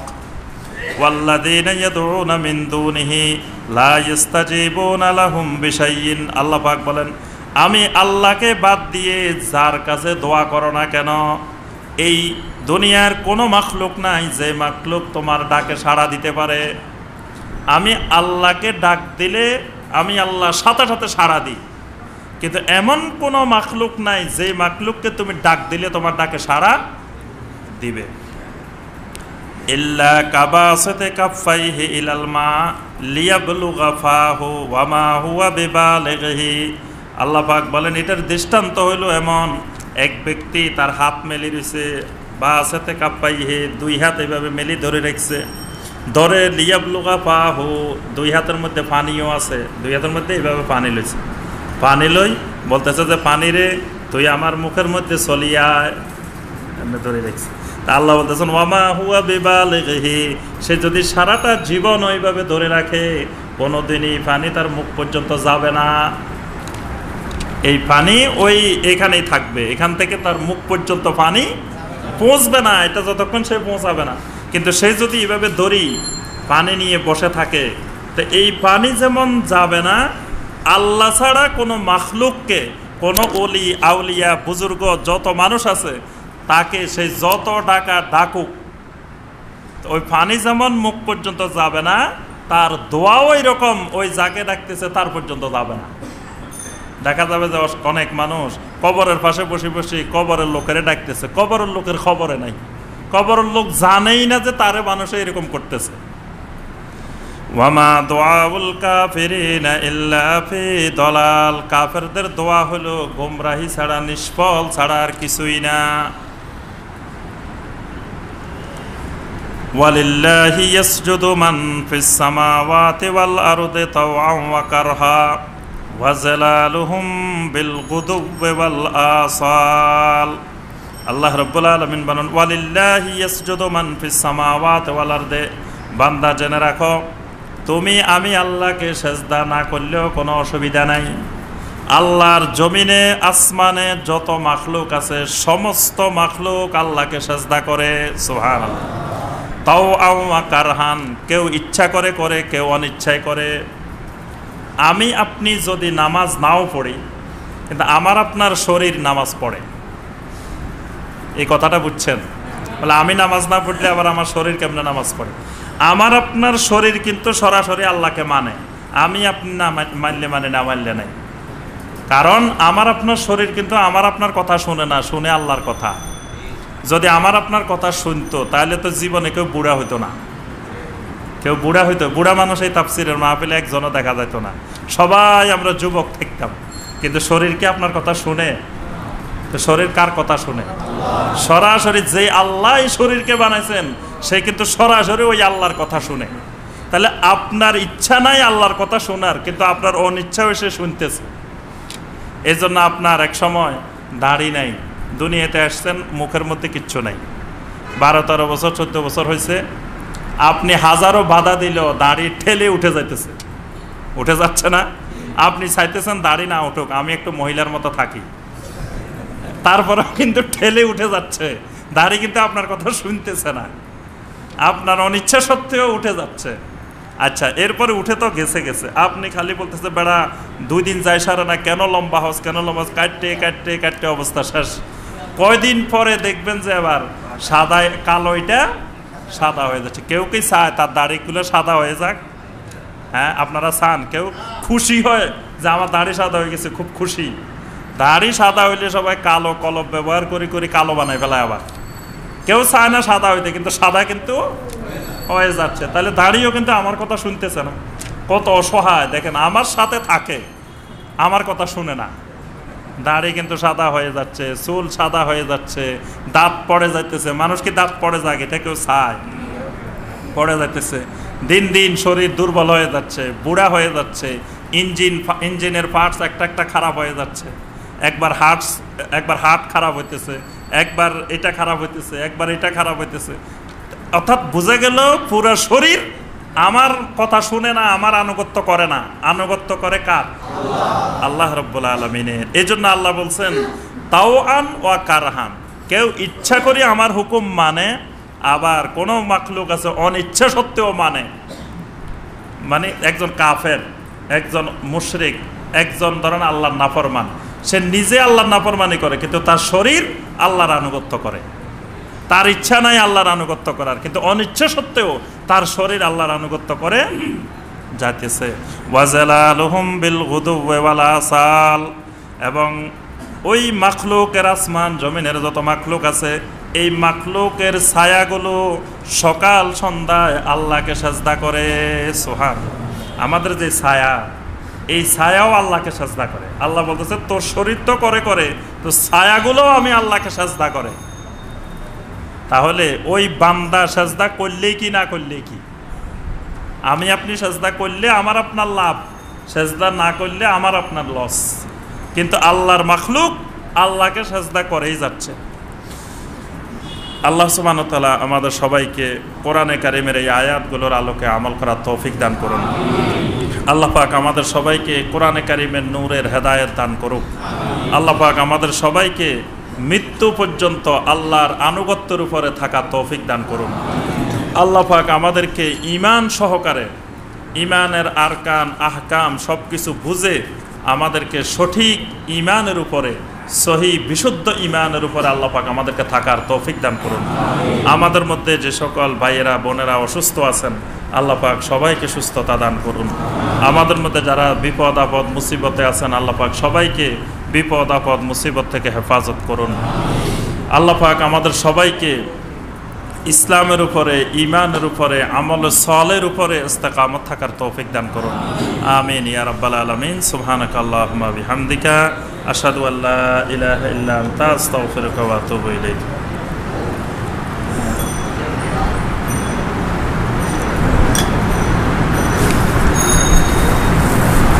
একজন ভাই প্রশ্ন করেছেন, ইসলামে গোপন এলেমের ব্যাপারে আলেমদের অবস্থান, এই ব্যাপারে কিছু বলবেন কি?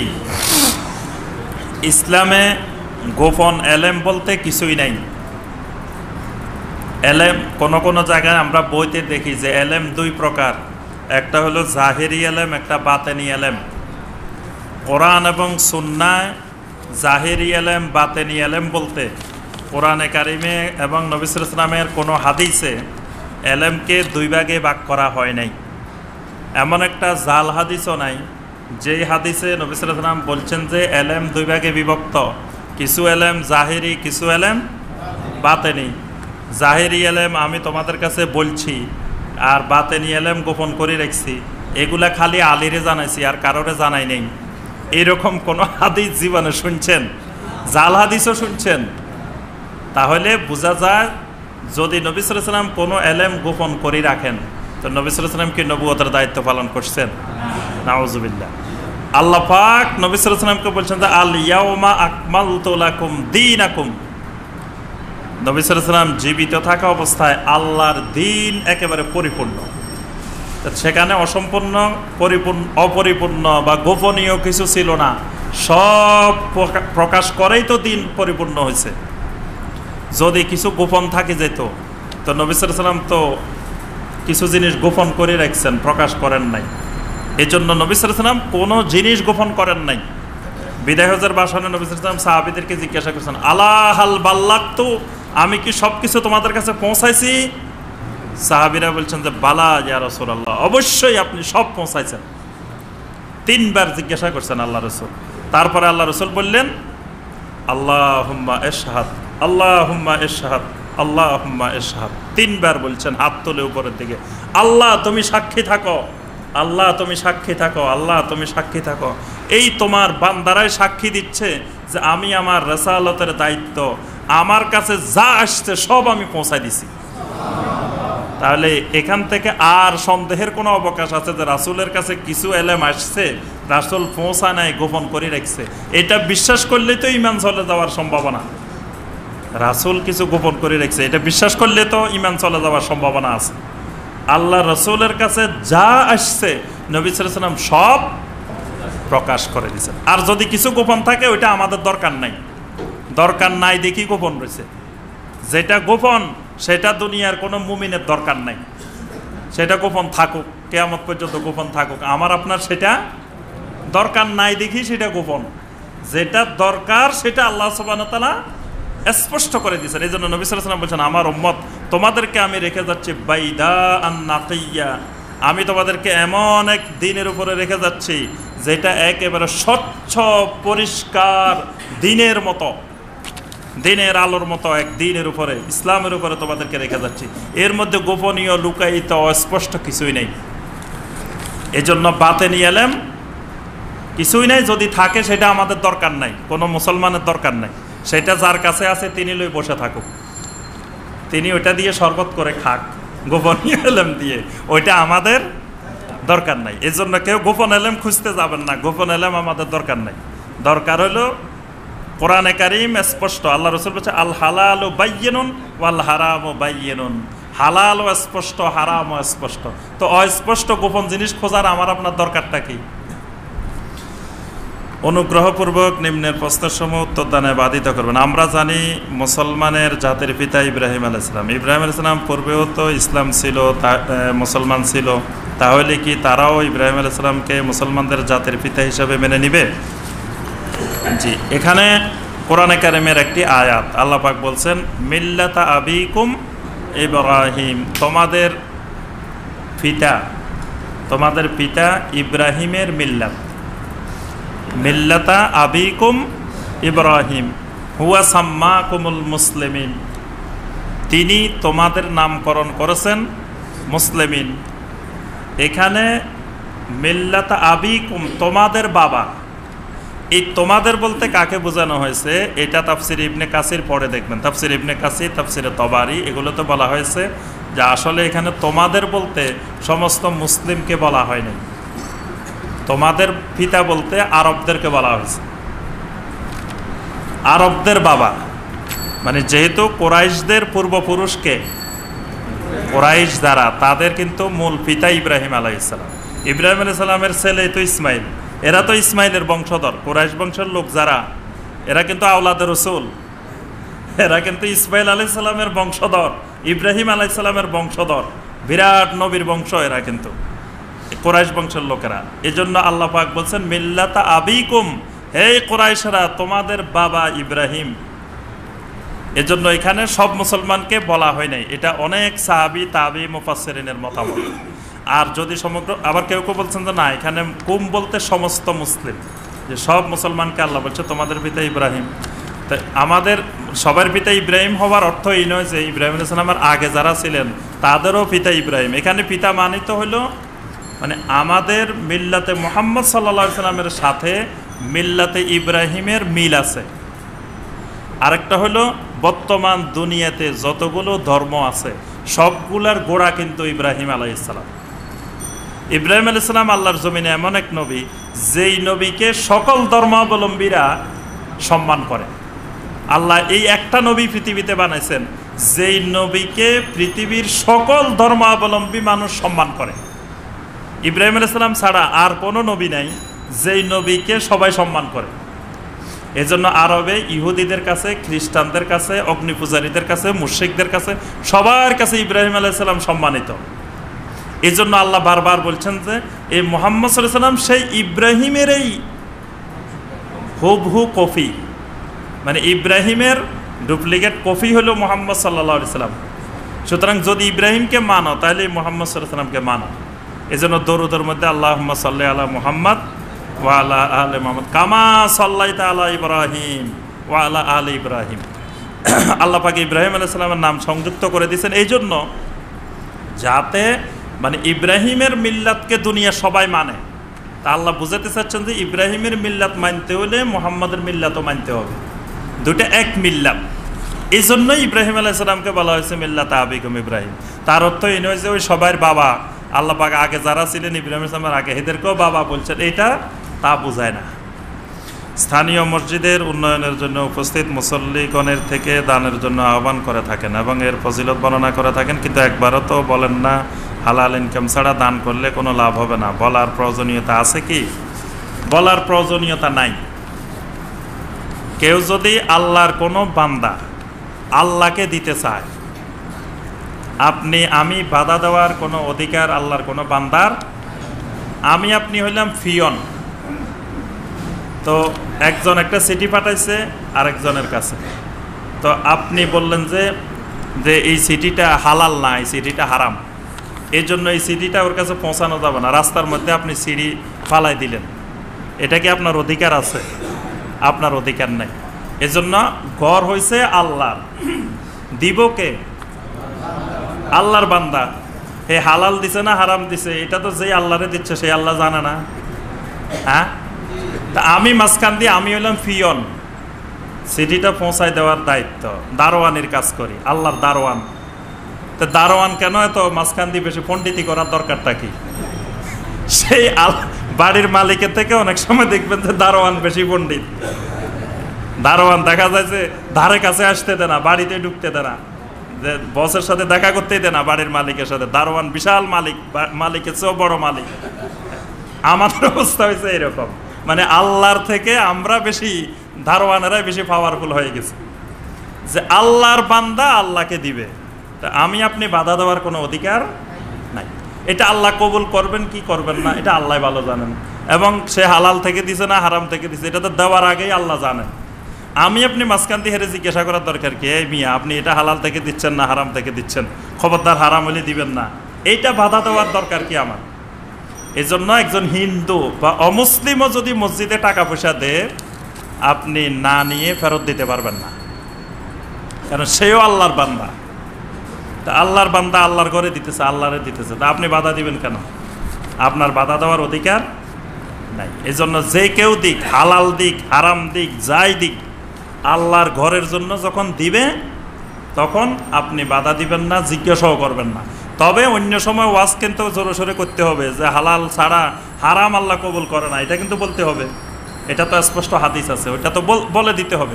এন্ড বলে দেওয়ার পরেও যদি কেউ মনে করে না আমার আল্লাহরে আমি দিমু, অসুবিধা কি, তোমার ক্ষতি কি, তাহলে আপনি বাধা দেওয়ার দরকার নাই। উনি দিক, উনি জানে, উনার আল্লাহ জানে আল্লাহ কবুল করবেন কি করবেন না।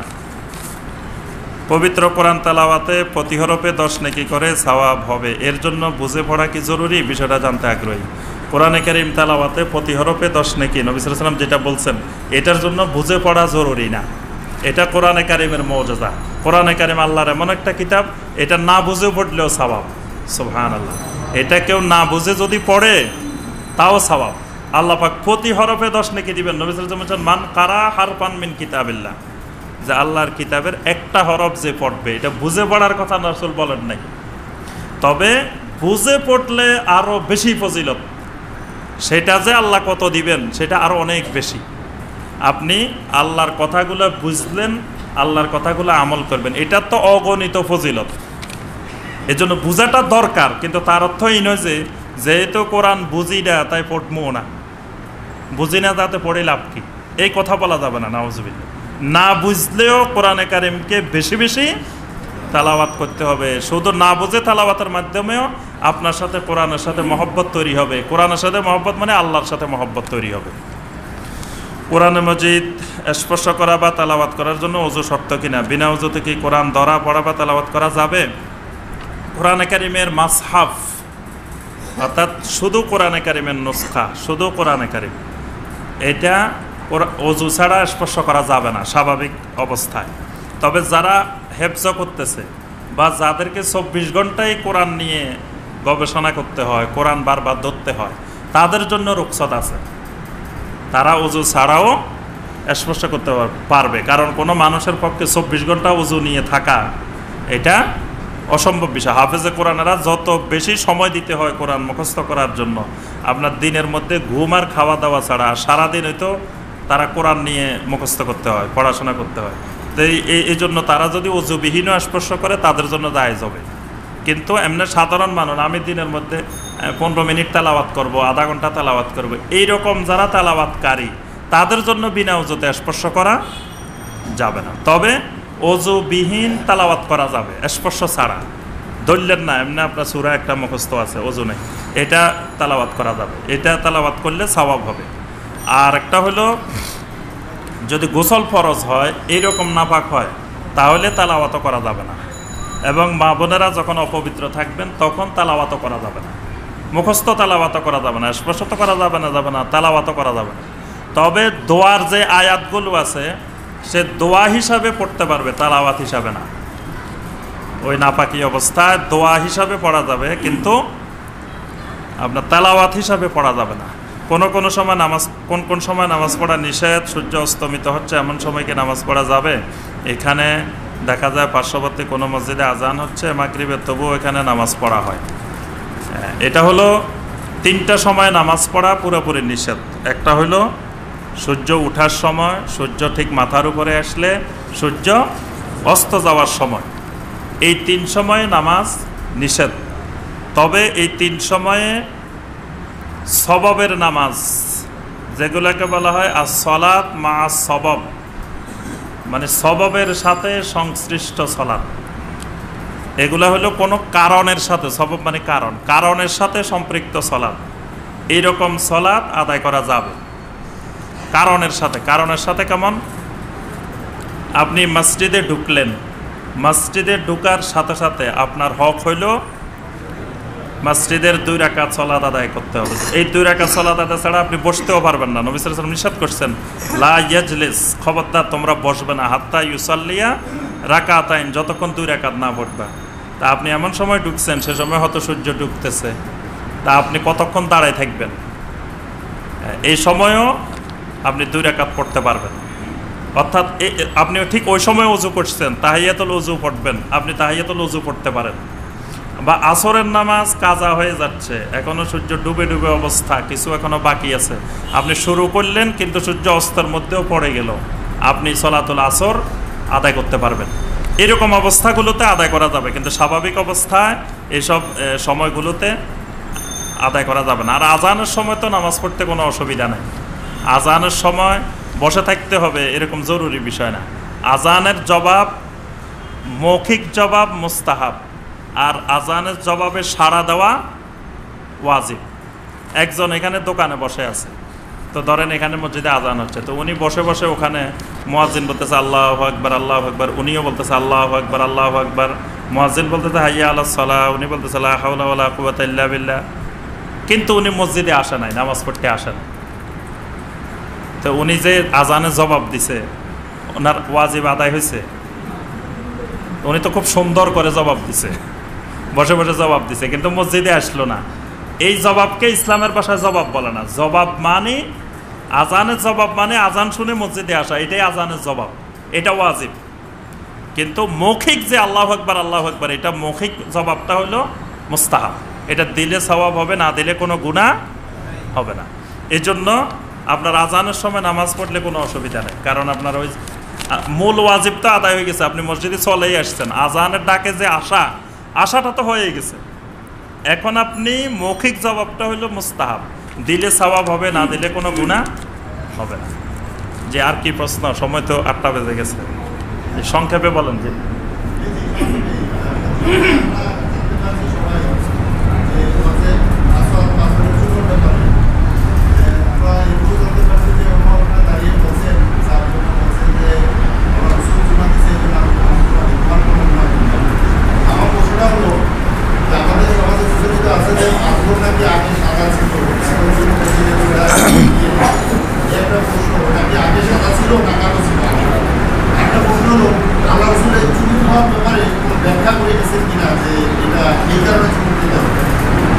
জি আলহামদুলিল্লাহ, ভাই হাজরে আসওয়াদের ব্যাপারে জানতে চেয়েছেন।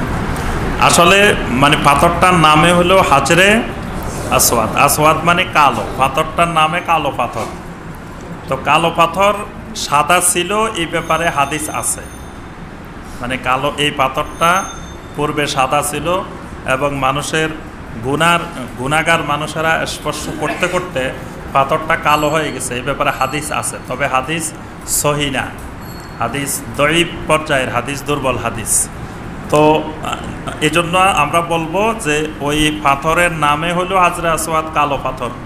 তো এটা নবী সাল্লাল্লাহু আলাইহি ওয়াসাল্লামের যুগ থেকে এটা কালো না, আগে সাদা থাকলে থাকতে পারে, কিন্তু নবী সাল্লাল্লাহু আলাইহি ওয়াসাল্লাম যে সময় চুম্বন করছেন সেই সময় ওইটা কালো ছিল, অর্থাৎ 1400 বছর ধরে এটা কালো।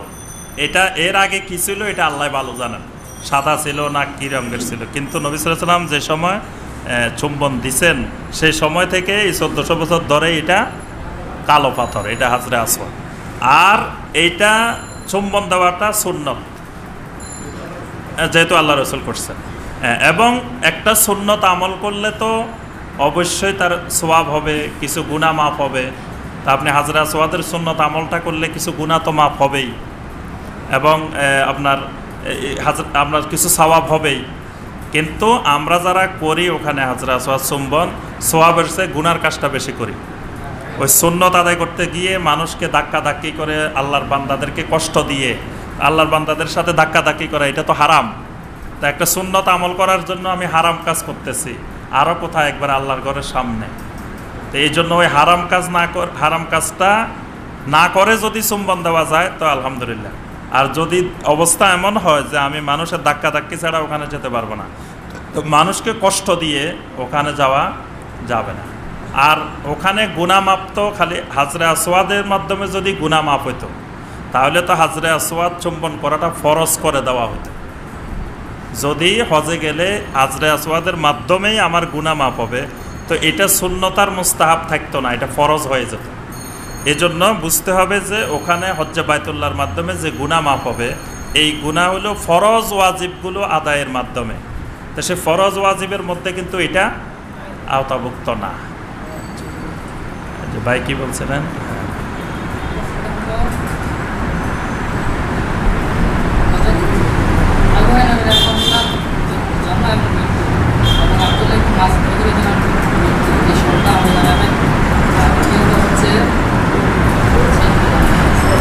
জি, ইমাম আবু হানিফা রহমতুল্লাহের জন্ম মৃত্যু তো হইল 80 আর 150, মানে 80 হিজরিতে জন্ম, 150 হিজরিতে মৃত্যু।